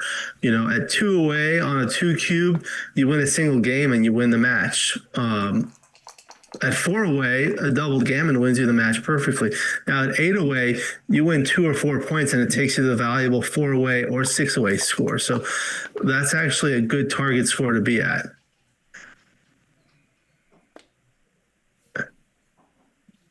Yeah. So in this case, it's a 4-1. If it were a 5-1, it would have been better to make the 5 point than the 18 point against the 5-3. However, if Pink had rolled a 3-1, making the 5 point first after the 6-3 split, White is better off making the 18 point. Michi calls it the Phoenix point, the 18 point when your opponent owns the 5 point, because the priming value of the 5 point decreases. So now he rolls a 5-4. It's kind of scary to split into that structure, but you do have a stronger board. There is the option of the hidden split, but I really like this. I'm still trying to absorb what you were saying about. I'll tell you again. The 5 point versus the VAR point. So basically, when your opponent owns their 5 point, having the 18 point anchor increases in value. Oh, okay. Okay. And here that's not the case. So you're saying you don't need to. Right. What about? But he could have also ran to the midpoint too instead of making the 9. Oh. Yeah. I like making the 9. I like making the. I mean, I was talking about can't come in. I was talking about a 5-1 to play, but yeah. Concept too. The 9 point is really strong. Wow. That's 2 for sure. And I think you make the 2 point as your puts in here, right? well, that would be a little bit committal because then you don't have a lot of follow up. Well, I think if the guy comes in, you just double him out. It might have a take. It might have a take with those few checkers in the zone. So now it either plays on or doubles. So I think I double here. Well, I mean, White's passing for sure. Maybe are you too good or not? Is it too good? I don't know. Well, you're ahead by a lot in the race. You've got 2, 4, 6, 8, 10 checkers in the zone. So you could take a roll here. I mean, I don't honestly. I don't know. Sometimes there's like what I call a Hollywood play. Think about it and then kind of lure your opponent to take. I don't think I can take this one. I'm passing for sure. Yeah, that's why. So with the standard double 5 position, so like you roll a 5-1 or a 5-2, and you roll a double 5, and then you come in with a 6-4. It's a no double, but here there are more checkers in the zone. On the other hand, White's made the 9 point, but I think it's still too much to take. So he does give it up. Yeah, 10 guys is a lot, and they were diversified. It's a lot of firepower down there. Right. So for people learning to so play, much so that I was wondering if you were too good, although. yeah. So, Yeah. So for the people that are learning, the doubling cube works in the following way. Anytime you're on roll and you think you have an advantage, you can offer the cube to the opponent at the level of 2, and he can either take or pass. If he takes, the game continues, but now the stakes are doubled, or he can pass and give up a point, and you restart the next game. And being too good to double means you're winning so many gammons, you're better off playing on to go for a gammon rather than settling for a single point. I think I go up with 1 here. This kind of blocks yourself in a little bit. I looked a little fishy that day. Yeah. So here you could make you can make either of the points. You could do this too. I'd probably just make a 3-point. So this creates what I call the Brontosaurus formation, with 5 checkers on the 6 point and then the trunk and the legs on the 7, 8, 9 point. It's just awkward, inflexible. You want to do something next, you're gonna have to break it. So the double 2, maybe you just make the 4 point. I don't know. Okay. Well, he used 3 2s to hit, didn't he? He did. I mean, what I would have considered doing is not hitting. Yeah. Apparently, we're in a position. We're frozen in a position that makes us look almost like we're talking. It looks like we just got unfrozen.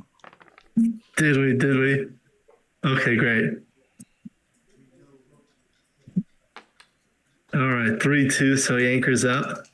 All right, so the game's settled down. Yeah. Double 3. Plays itself, really. Plays itself. You got to play 2 down and make the 5 point, which is nice. Now, Falafel used to call these types of positions islands, where all the outfield points are stripped. So if you're going to play a 6, something's got to crack. Something's got to give, like there.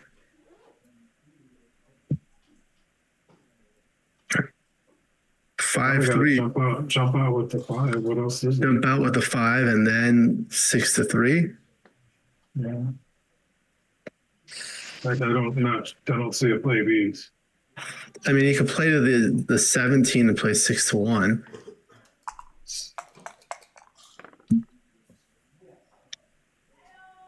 All right, double 2. It's got to be good for something. I feel like he's ahead in the race enough. Well, that's a good point. The status of the race determines what the right play is here. I keep saying counting is not a strong point in my game. So. Yeah, I did a video on pip counting. I use like the cluster counting method. So yeah, I mean that's what I do too. It just takes me a while. 126 for white, so just like that, like 126 for white. Okay. So what's pink time? It's a little late in the evening for me to do all that. Oh, okay. No, I can do it. I can do it, but it looks like pink's ahead after that double. Yeah. Just visually, it looks like he's up. 210, 204, 113 now. 113. So that's 30, 62, 6, 89 for white. Is it? Well, if you're right, that's way up. 80, 154, 84, 114, 119 for white. 52, 72, 102, 104, 110, 113. So it's close. Yeah. And white was up. I think you just break the 14. If you were right before, and then white's up 4. Yeah, so white's ahead by 4. The average rolls around 8, slightly more, so it's about an even game. I think I just bring 2 down for the distributional aspect of having checkers on 4 different points. You don't want to dump checkers deep like that in a race. It's not efficient. Yeah, that looks like a square with So for the viewers that are watching, when you want to bear off, before that, you have to bear in all of your checkers into the home board. And in a straight race where there's no contact or minimal contact, you basically want to bear in your checkers in the most efficient way to bear off. And what that means is it'll minimize the number of rolls that you will need to bear off all your checkers. And the ideal distribution is with the most checkers on the 6, then the 5, then the 4 point. 3-1. So again, I think I just clear the 14 point. Yeah, you're not really holding pink anyway. Yeah. Okay. Double 5's a great roll. I should have put him up in the race. So let's see what happens after this.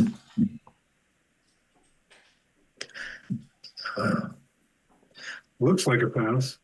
I suppose you want to do your due diligence and count it to be sure. 85. Looks like a pass. 40, 50, 66, 94, 100 to 85. That's 15 pips, it looks like to me. That's way too many. 10% plus 2 pips, of course, being a pretty good way to get the point of last take in a race like this. Yeah, I just kind of look at the percent. What did I say? It's like 85 to 100. So like 10% of 85 is 8.5. You go a couple more than that, 10.5, but he's like still 15.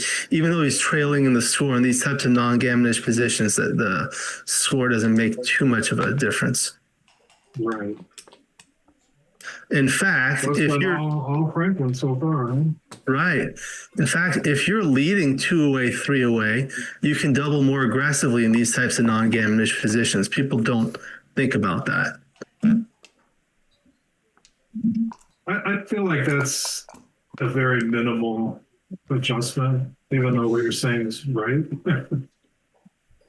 I think the book play here is 2 down, at least for mine. Yeah. Oh, someone's asking if Maggie's match is being streamed. Let me see. Might be on the other stream. Let me see if they're going. It looks like they had Matt Patterson versus Charles Lytle. So I'm not sure about that, Sam Rapp.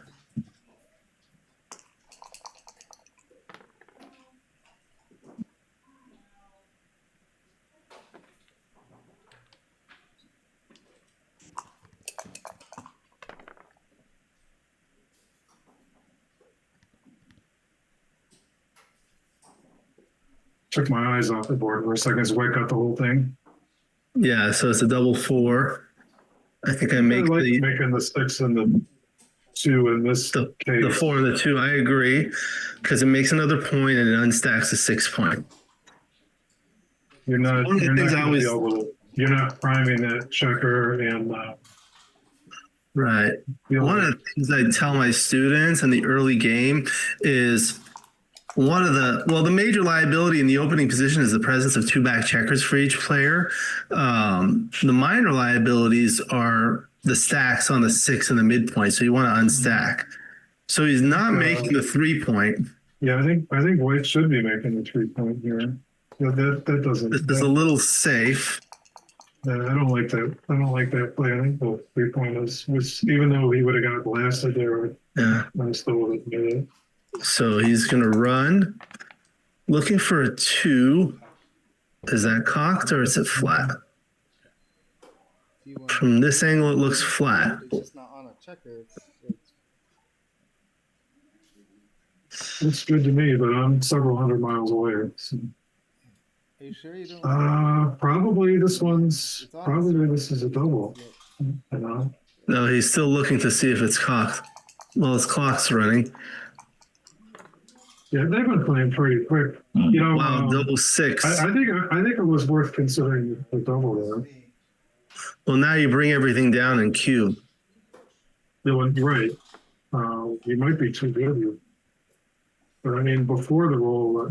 Maybe. I don't know if it's too good now. He needs a 6-2 to save him. He gets half his wish. Well, I mean, it's one of those things. There maybe aren't a lot of gammons, but you're not risking much for playing. Yeah, I don't think there are a lot of gammons with only a checker back, and he's got time to bring everything in.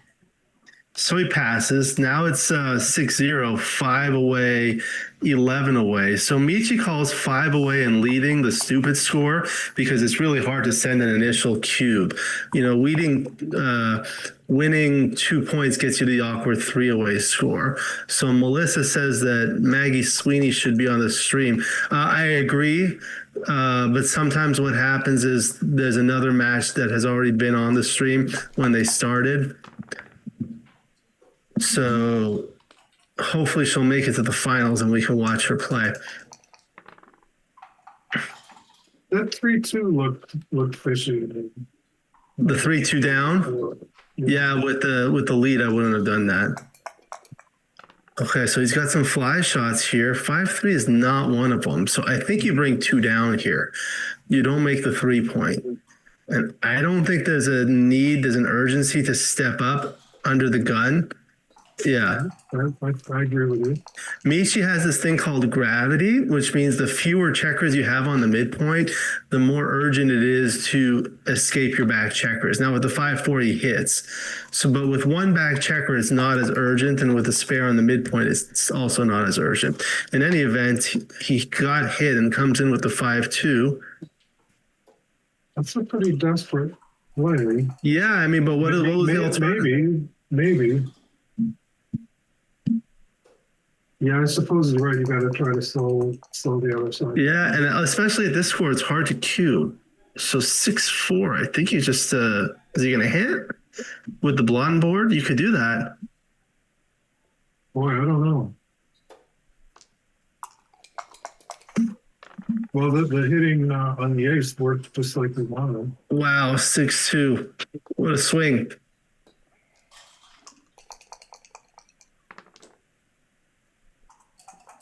Okay, so now you should be really thinking. There you go.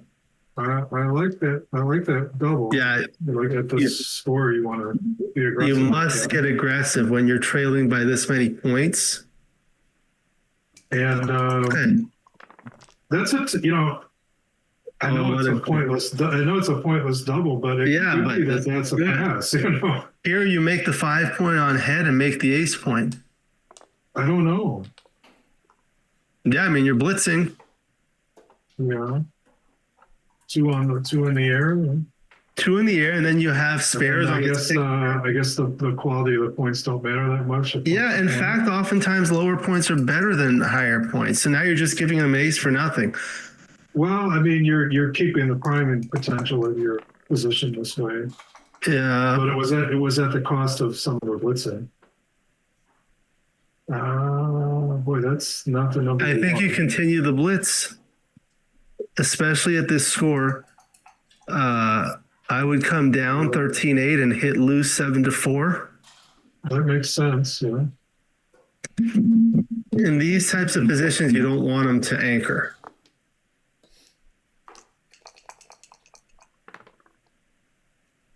Wow, double 4. That's a great roll. Holy shnikers. And make the 11. I suppose. I see. So now Franklin's back in it. However, because of the score, he's going to have a hard time redoubling. Because, yeah, if he redoubles, Konstantinos will have an itchy trigger finger to redouble to 8. So you referenced Michi a few times with all these. You mentioned stupid score with 5 away, and you said something else, gravity. Like, where are you getting these things? So he has some great books, opening concepts, endgame technique, back checker strategy. And also in his videos, he has some things. He's working on a book on doubling in a 5-point match, which he's been working on for probably 3 years. But his books are outstanding. They're really clear. I like all 3 of those books. Yeah, I think they're terrific. Yeah. I hadn't heard about the stupid school one. That's in like some of his Is that on a videos. video somewhere? Or? Yeah, and he has like the Phoenix Point and the Kieran Point Yeah, I don't know about that either. and like the Orca. The Phoenix Point is what I was mentioning before when you have your 18-point anchor when the opponent owns their 5-point. And the Kieran Point, it's a mythological creature that comes up rarely. It's basically, it's between dynasties in Chinese mythology. So it's when you own the 20-point anchor and the opponent has their 4-point. So basically you're between the 6 and the 4-point. It's effectively what happens is the priming value of the 4-point gets diminished. So this one would be race dependent. Yeah, so double 4. Okay, so he's counting the race. Important, very important to count. 136 for pink. Yeah, you're good at that. 34.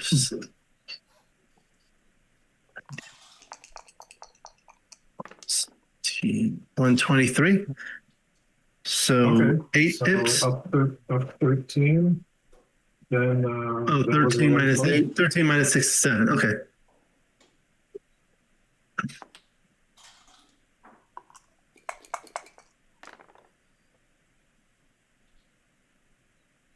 Yeah, I think pip counting is a skill that people should, really practice and get good at. I mean, it's kind of basic math, and if you practice it, it gets really easy.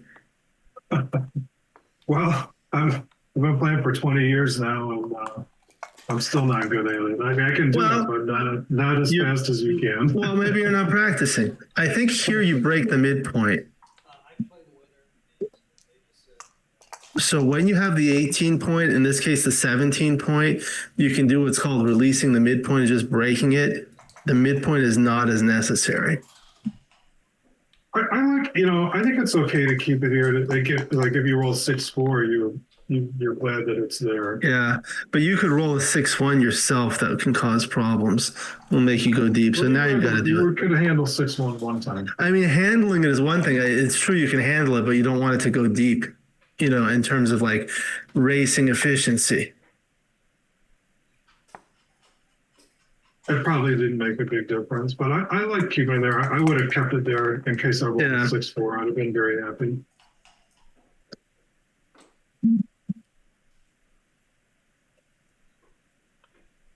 I think this is unnecessary. I probably would have just played 7-2, but I see what he's doing, saving 6s.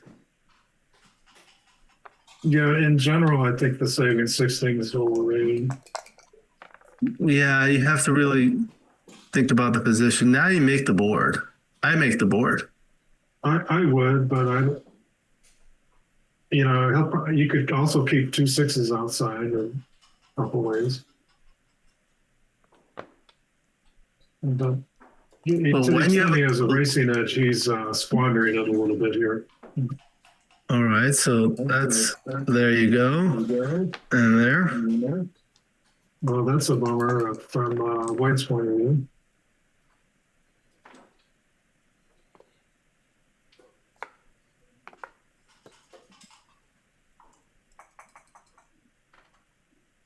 $78 for red. All right.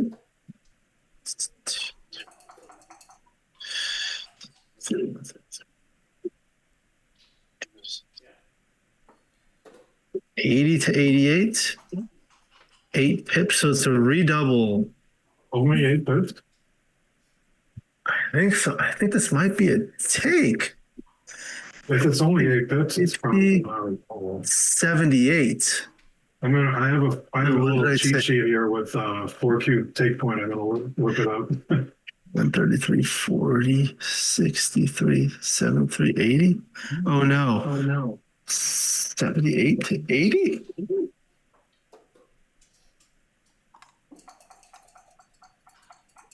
According to my cheat sheet here, the take point is 13%, which is very low.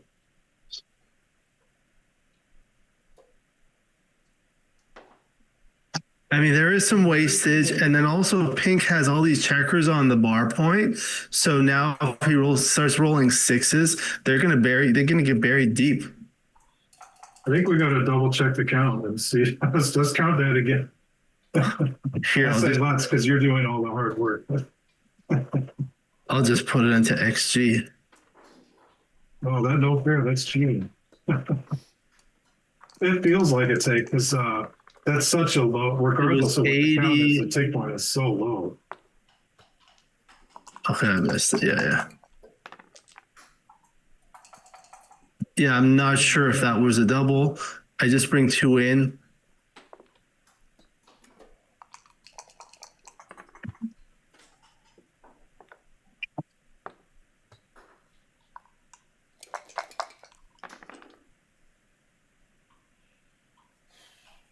So I think I played to the 15. This, okay, this is fine too.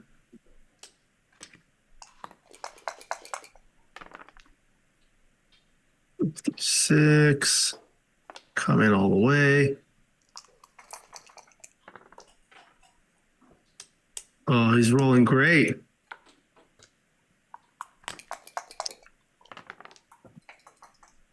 Oh no. I think you've got to play to the 4 point to give yourself double fours. These are minor things.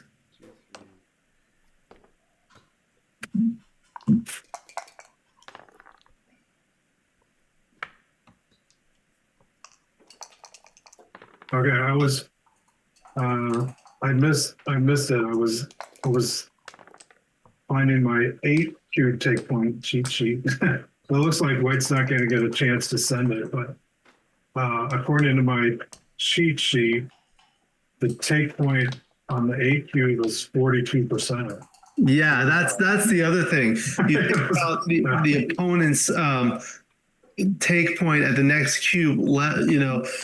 You basically, to get the live cube take point, you have to multiply the dead cube take point by the complement of the opponent's dead cube take point at the next level. In other words, when the opponent has a high take point at the next cube level, he has to be careful of sending the cube himself. It's just basically the mathematical way of saying what you said. So now Right, so if the recube worked out, but that was very, very risky. Yeah, it did. So now the Crawford game. Now he's got a hammer lock on it. Right. So no doubling for a game. And in this game, since White is odd away, gammons are not very valuable at all. So you're just trying to win a single game rather than trying to create a volatile position to win gammons. You're like every sports cliche. You're one game at a time. Mm-hmm.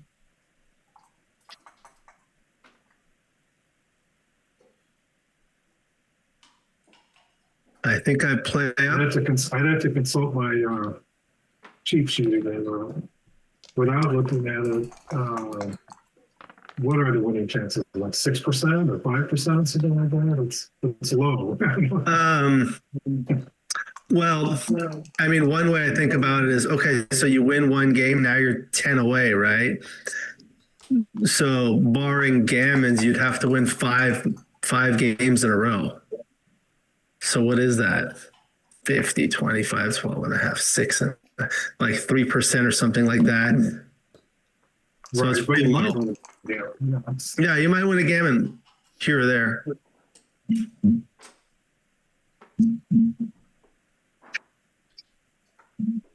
I'll go look at my other cheat sheet. You've got to make the 5 point here.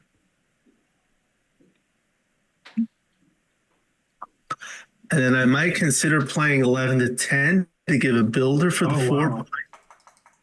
And 16 to 15 to duplicate the threes. 3%. That's pretty low. It was a 3%? I didn't check. That was just Crawford 11 away at 3%. If I'm reading the chart. Oh, okay. That was just my estimate. So good. I must be guessing things right. I think you've got to come out from the back here. Yeah. Doesn't have the timing to stick around.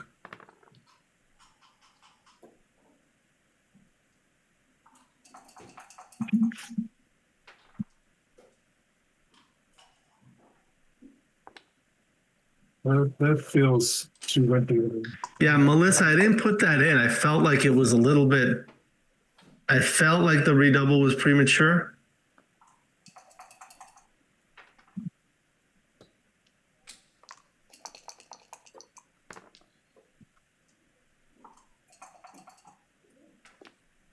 I think you hit twice here. What do you think, Bill? Yeah. Although, yes, but I don't have a high degree of confidence. Well, I mean, if you don't, then what? You want to leave all these return shots?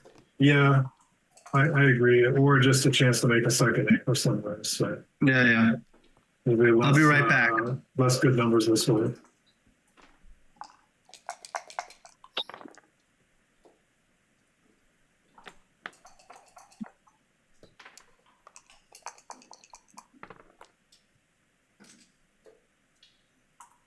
Well, that one's not, it's not perfect.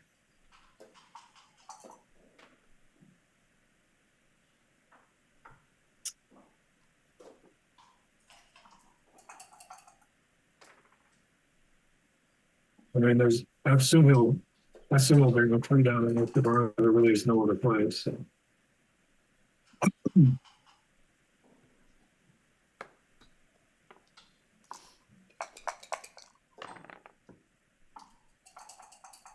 All right, that's a heck of a number. Boy, I'm coming out with two, and then I'm thinking about the last one.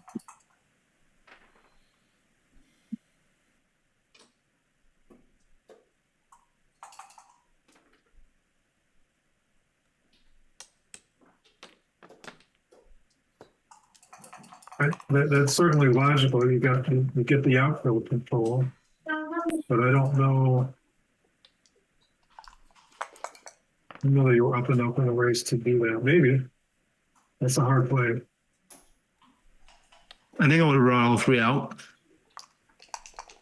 Well, that's what he did. Yeah. Yeah. We'd like to come out, but coming out's unlikely to work. So maybe you don't do it.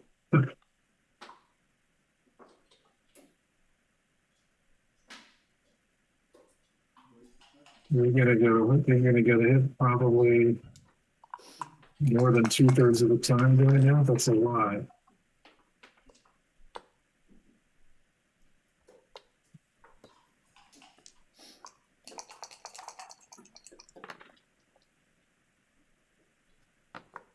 All right. Well, the 1-5 is pretty ugly. That's White's looking very good from here. Yeah. So now he's looking to just bring things home. You can clear the 16 or you can make the 5 prime. Boy, that's a good question. My first instinct was do that, but maybe you do break and make it next time. It'd be hard to pass up. It'd be hard to pass up the 5 prime. But the other play was a contender.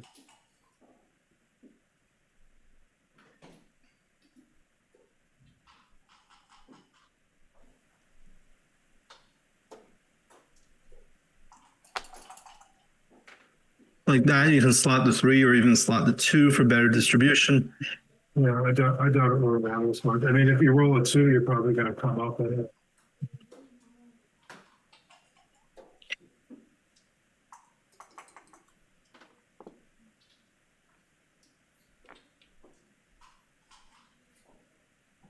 It's kind of funny sometimes what plays people stop and think about. Yeah.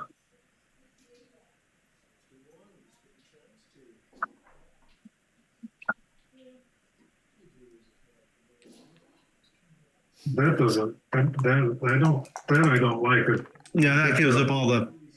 You have a little bit of pressure there. And, with double 4s, it's not going to. Now you just try to roll the prime home, clear the 16 point. And like you said before, damn, it really doesn't matter. So. Mm-hmm.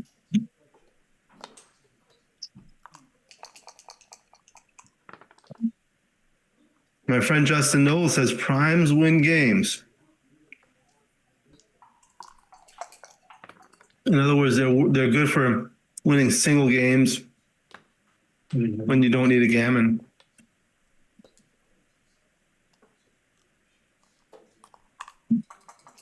I think I would have played 2 off the 13, the 12 here, but not a big deal. 4-1 is Yeah, prepared. I think you're right. In general, you don't want front loaded builders. So. Right. And this is doing the same thing. They're doing the same thing. Yeah, you don't have to do that.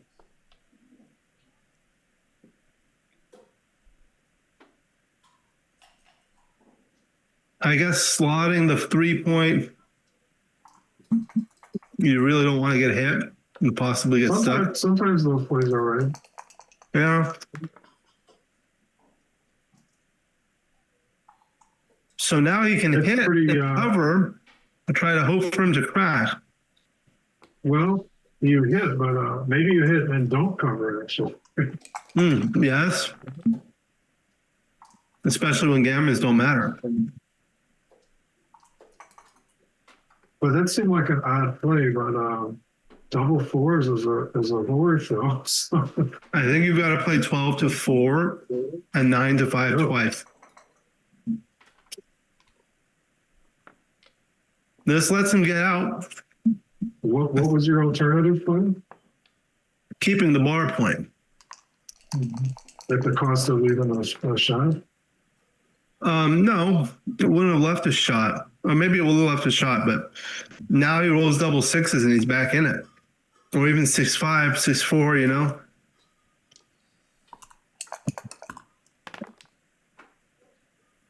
$6-5 for him. Got to clear the 9 point. White's still a favorite, but Red's doing a lot better than he was a few rolls ago. Yeah, that double 4 helped him.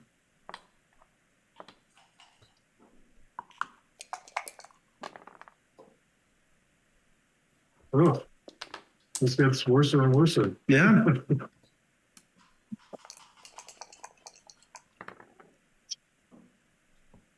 There he goes. Got to run. That might have actually been a good for White just to get it the heck out of it.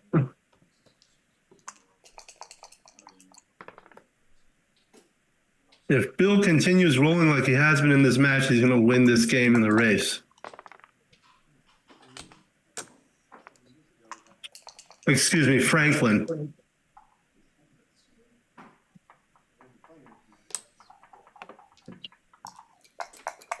I mean, it's White's probably a favorite, but it's getting closer all the time. Yeah.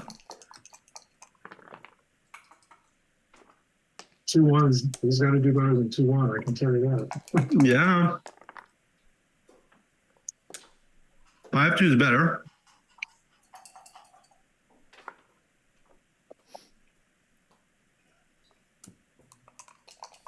This is where you think of the missing numbers, like the 2s that miss fill in the gap. Right. Boy, Be right back. Red's getting closer every single roll. Pretty close to comfort now.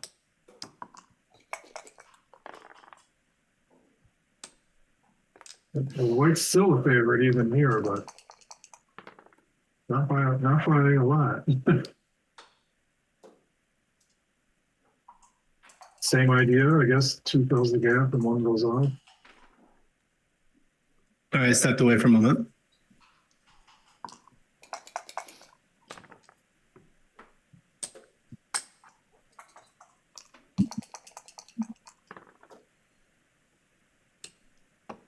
Six, 5.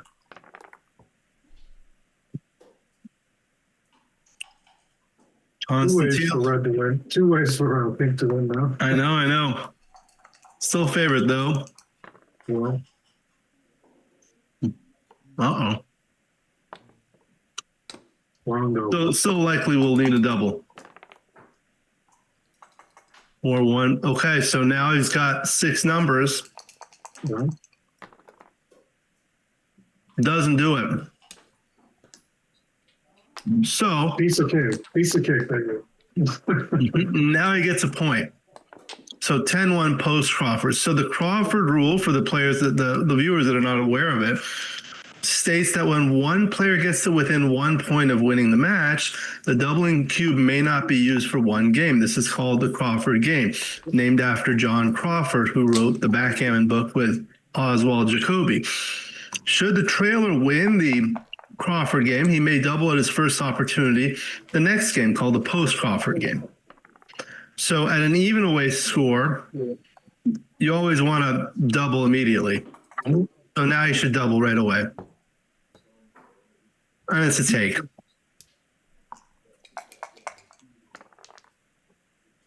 Well, I know Art Benjamin wrote something not too long ago about this, but I don't remember the takeaway that when you use your pre-drop and when you don't, when you're like. Well, it's when it's way far away. No, I mean, Exactly. Yes. You save it for later. Yeah. At 2-away, 1-away post Crawford, it's an absolute free drop. But at 4-away, 1-away post Crawford, you can actually take some of them. Right, and here you're.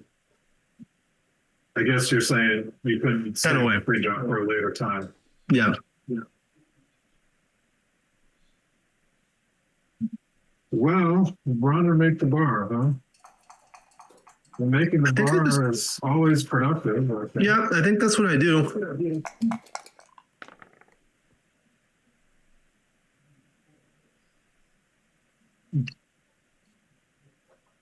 Probably run.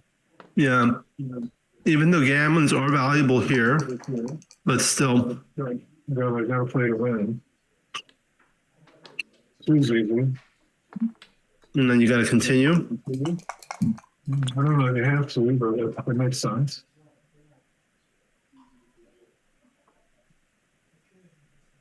Oh boy, how scared do you play this as white? That's playing pretty scared. Well, gammon losses don't matter, so you can play a little bit more bold. Well, gammon losses do matter. For white? I was referring to white's gammon losses, so he could. Yeah, that's true. That's right. You're right. So maybe he should have jumped up there then. Yeah, that's what I was thinking. I got confused for a minute there. Yeah, so Vinny, there's no tricks play at this score because it's even away. That's only an odd away.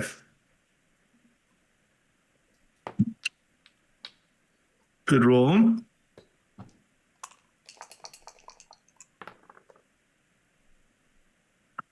By 4, okay, just trying to escape. You did When escape. yeah. When you're just trying to win a single game, oftentimes racing plays become more valuable. Well, hold on. You got to split with it, three, don't you? Yeah, he did. Nobody split with the ace. I think that's fine, though. You think so? I don't know. Maybe he could have split with the 3. I would have split with it too. How do you stay back? I think you got to jump up again. I just. Yeah, I think the race was reasonably close. That 3-1 would have been awkward if we did. Yeah.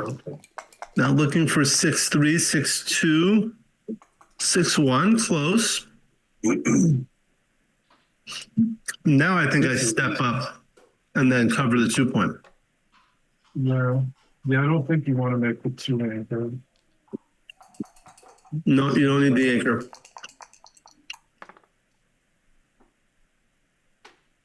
Uh-oh. And now I think you bring 2 down to the 10 point. Yeah. White's in big trouble.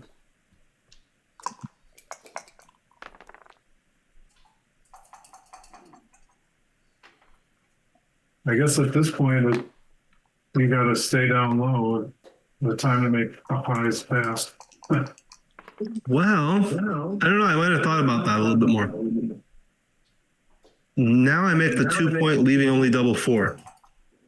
Yeah. That's all you got.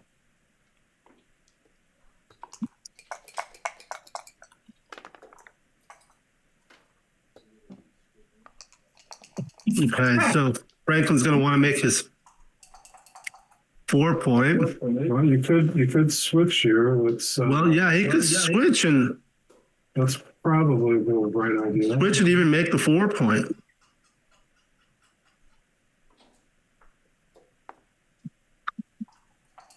Because I don't think you want to give him a chance to roll ace for 3. No.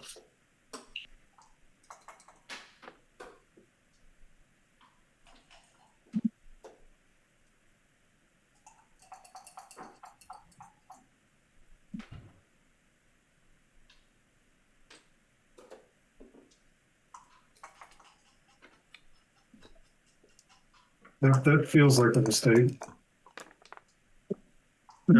Ooh, 4-3 would have been nice. Yeah, but he really wants an ace. Or 13-7. I guess. Yeah. Okay. See, that makes things awkward. Yeah. Got to play like that and 6-3.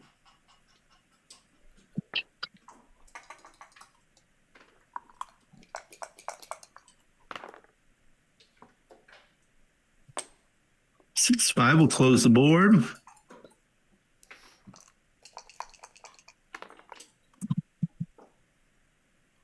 Four three makes the point on head. Yeah, Melissa, I saw the thing. Basically, if someone's watching a match, they shouldn't be saying anything.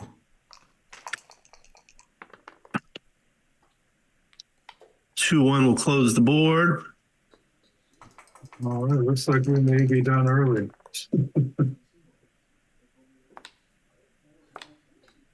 Well, you don't need to do that kind of thing. I think that's a slight error Probably, right? I don't because know. you really want to clear your 6 point. You don't want to put extra checkers on there. But this looks like everything looks pretty smooth right here. Well, it's smooth, but accidents happen sometimes. That's true. Clear from the rear.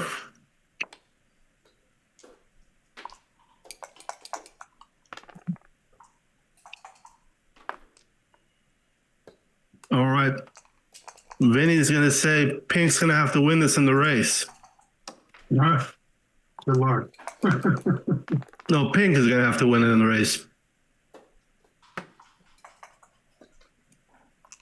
So that looks like it. It looks like And it. let me see what's going on. So That's Franklin, probably the last one. Franklin will advance to play the winner of Maggie Sweeney and Ken Tisco in the finals of the undefeated, which will be the champion.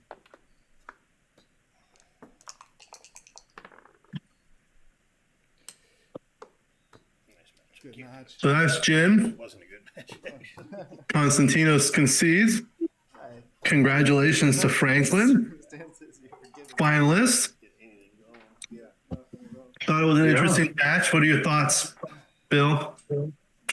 Well, obviously all the luck went to Franklin. Sometimes Right, right. He did. Okay, so let me see if there's anything else going on. But in the meanwhile, we can do one of these things we call Ask Me Anything. So anyone in the chat, ask us questions and we can kind of answer. So Bill, you said you live in Michigan. Do you play in the Michigan tournament? Anywhere else you go to? Yeah, I don't play that much. I probably play a few times a year. Mostly tournaments I can drive to. So Chicago and Ohio. In the past, I've played in Pittsburgh and Peoria, those tournaments of course don't exist anymore. Yeah, I heard those were good, and Indianapolis was a good one too. Yeah, that's a little before my time in Indianapolis. I played in St. Louis a couple years ago, and I'm going to be going to Nashville in September. That's my next one. That'll be a good one. That's where I first learned to use the doubling cube when I was in graduate school in around 2002. So I know some of the people there, JP White, who started the group, and Rollo Mickle, who's been playing for a long time. Vinny has a question. Oh, Ken won. Amy said Ken won the other semifinal. So Ken will be playing Franklin. Vinny was asking what I was eating. There were some French fries and onion rings from earlier when I was having dinner. But when I was It looked greasy. It looked greasy. it looked a little greasy. And then my son was coming in and out of the room to try to do something. I don't know what it is. But I grew up playing with my family. My family's from Iran, and we grew up playing. So I learned that. And then I moved. So we're done soon. So I'll just finish up this story and kind of end things. I went to medical school and graduate school at Vanderbilt in Nashville, Tennessee. And after the first 2 years, it was my graduate school time. I had much more time on my hands. So I found the Nashville Backgammon Club. And we played every Wednesday at this restaurant. It was a bar near the university called Jonathan's. And that's where I learned to play with the doubling cube. How long ago was that? That was in 2002. Oh, okay. Yeah. First off, with the doubling cube, or you only like I was assuming you played backgammon since you were a child. Right. And then with the doubling cube, Okay. cube, that's Right, when I started learning about it, and match play, Crawford rules and things like that. Right. So good. It looks like they're going to have the finals tomorrow. And tomorrow at 10 a.m. is what Dimitri says. Thank you to Bill. Thank you to everyone who's watching. Please be sure to hit the like button and subscribe. Thank you to Dimitri for running the stream, and Jack Edelson for running an outstanding tournament with his staff, USBGF, ABT, and Backgammon.com. And what's the next one? I think the next one that's coming is the Nashville tournament, right? No, there should be one over Labor Day. Is it Minnesota?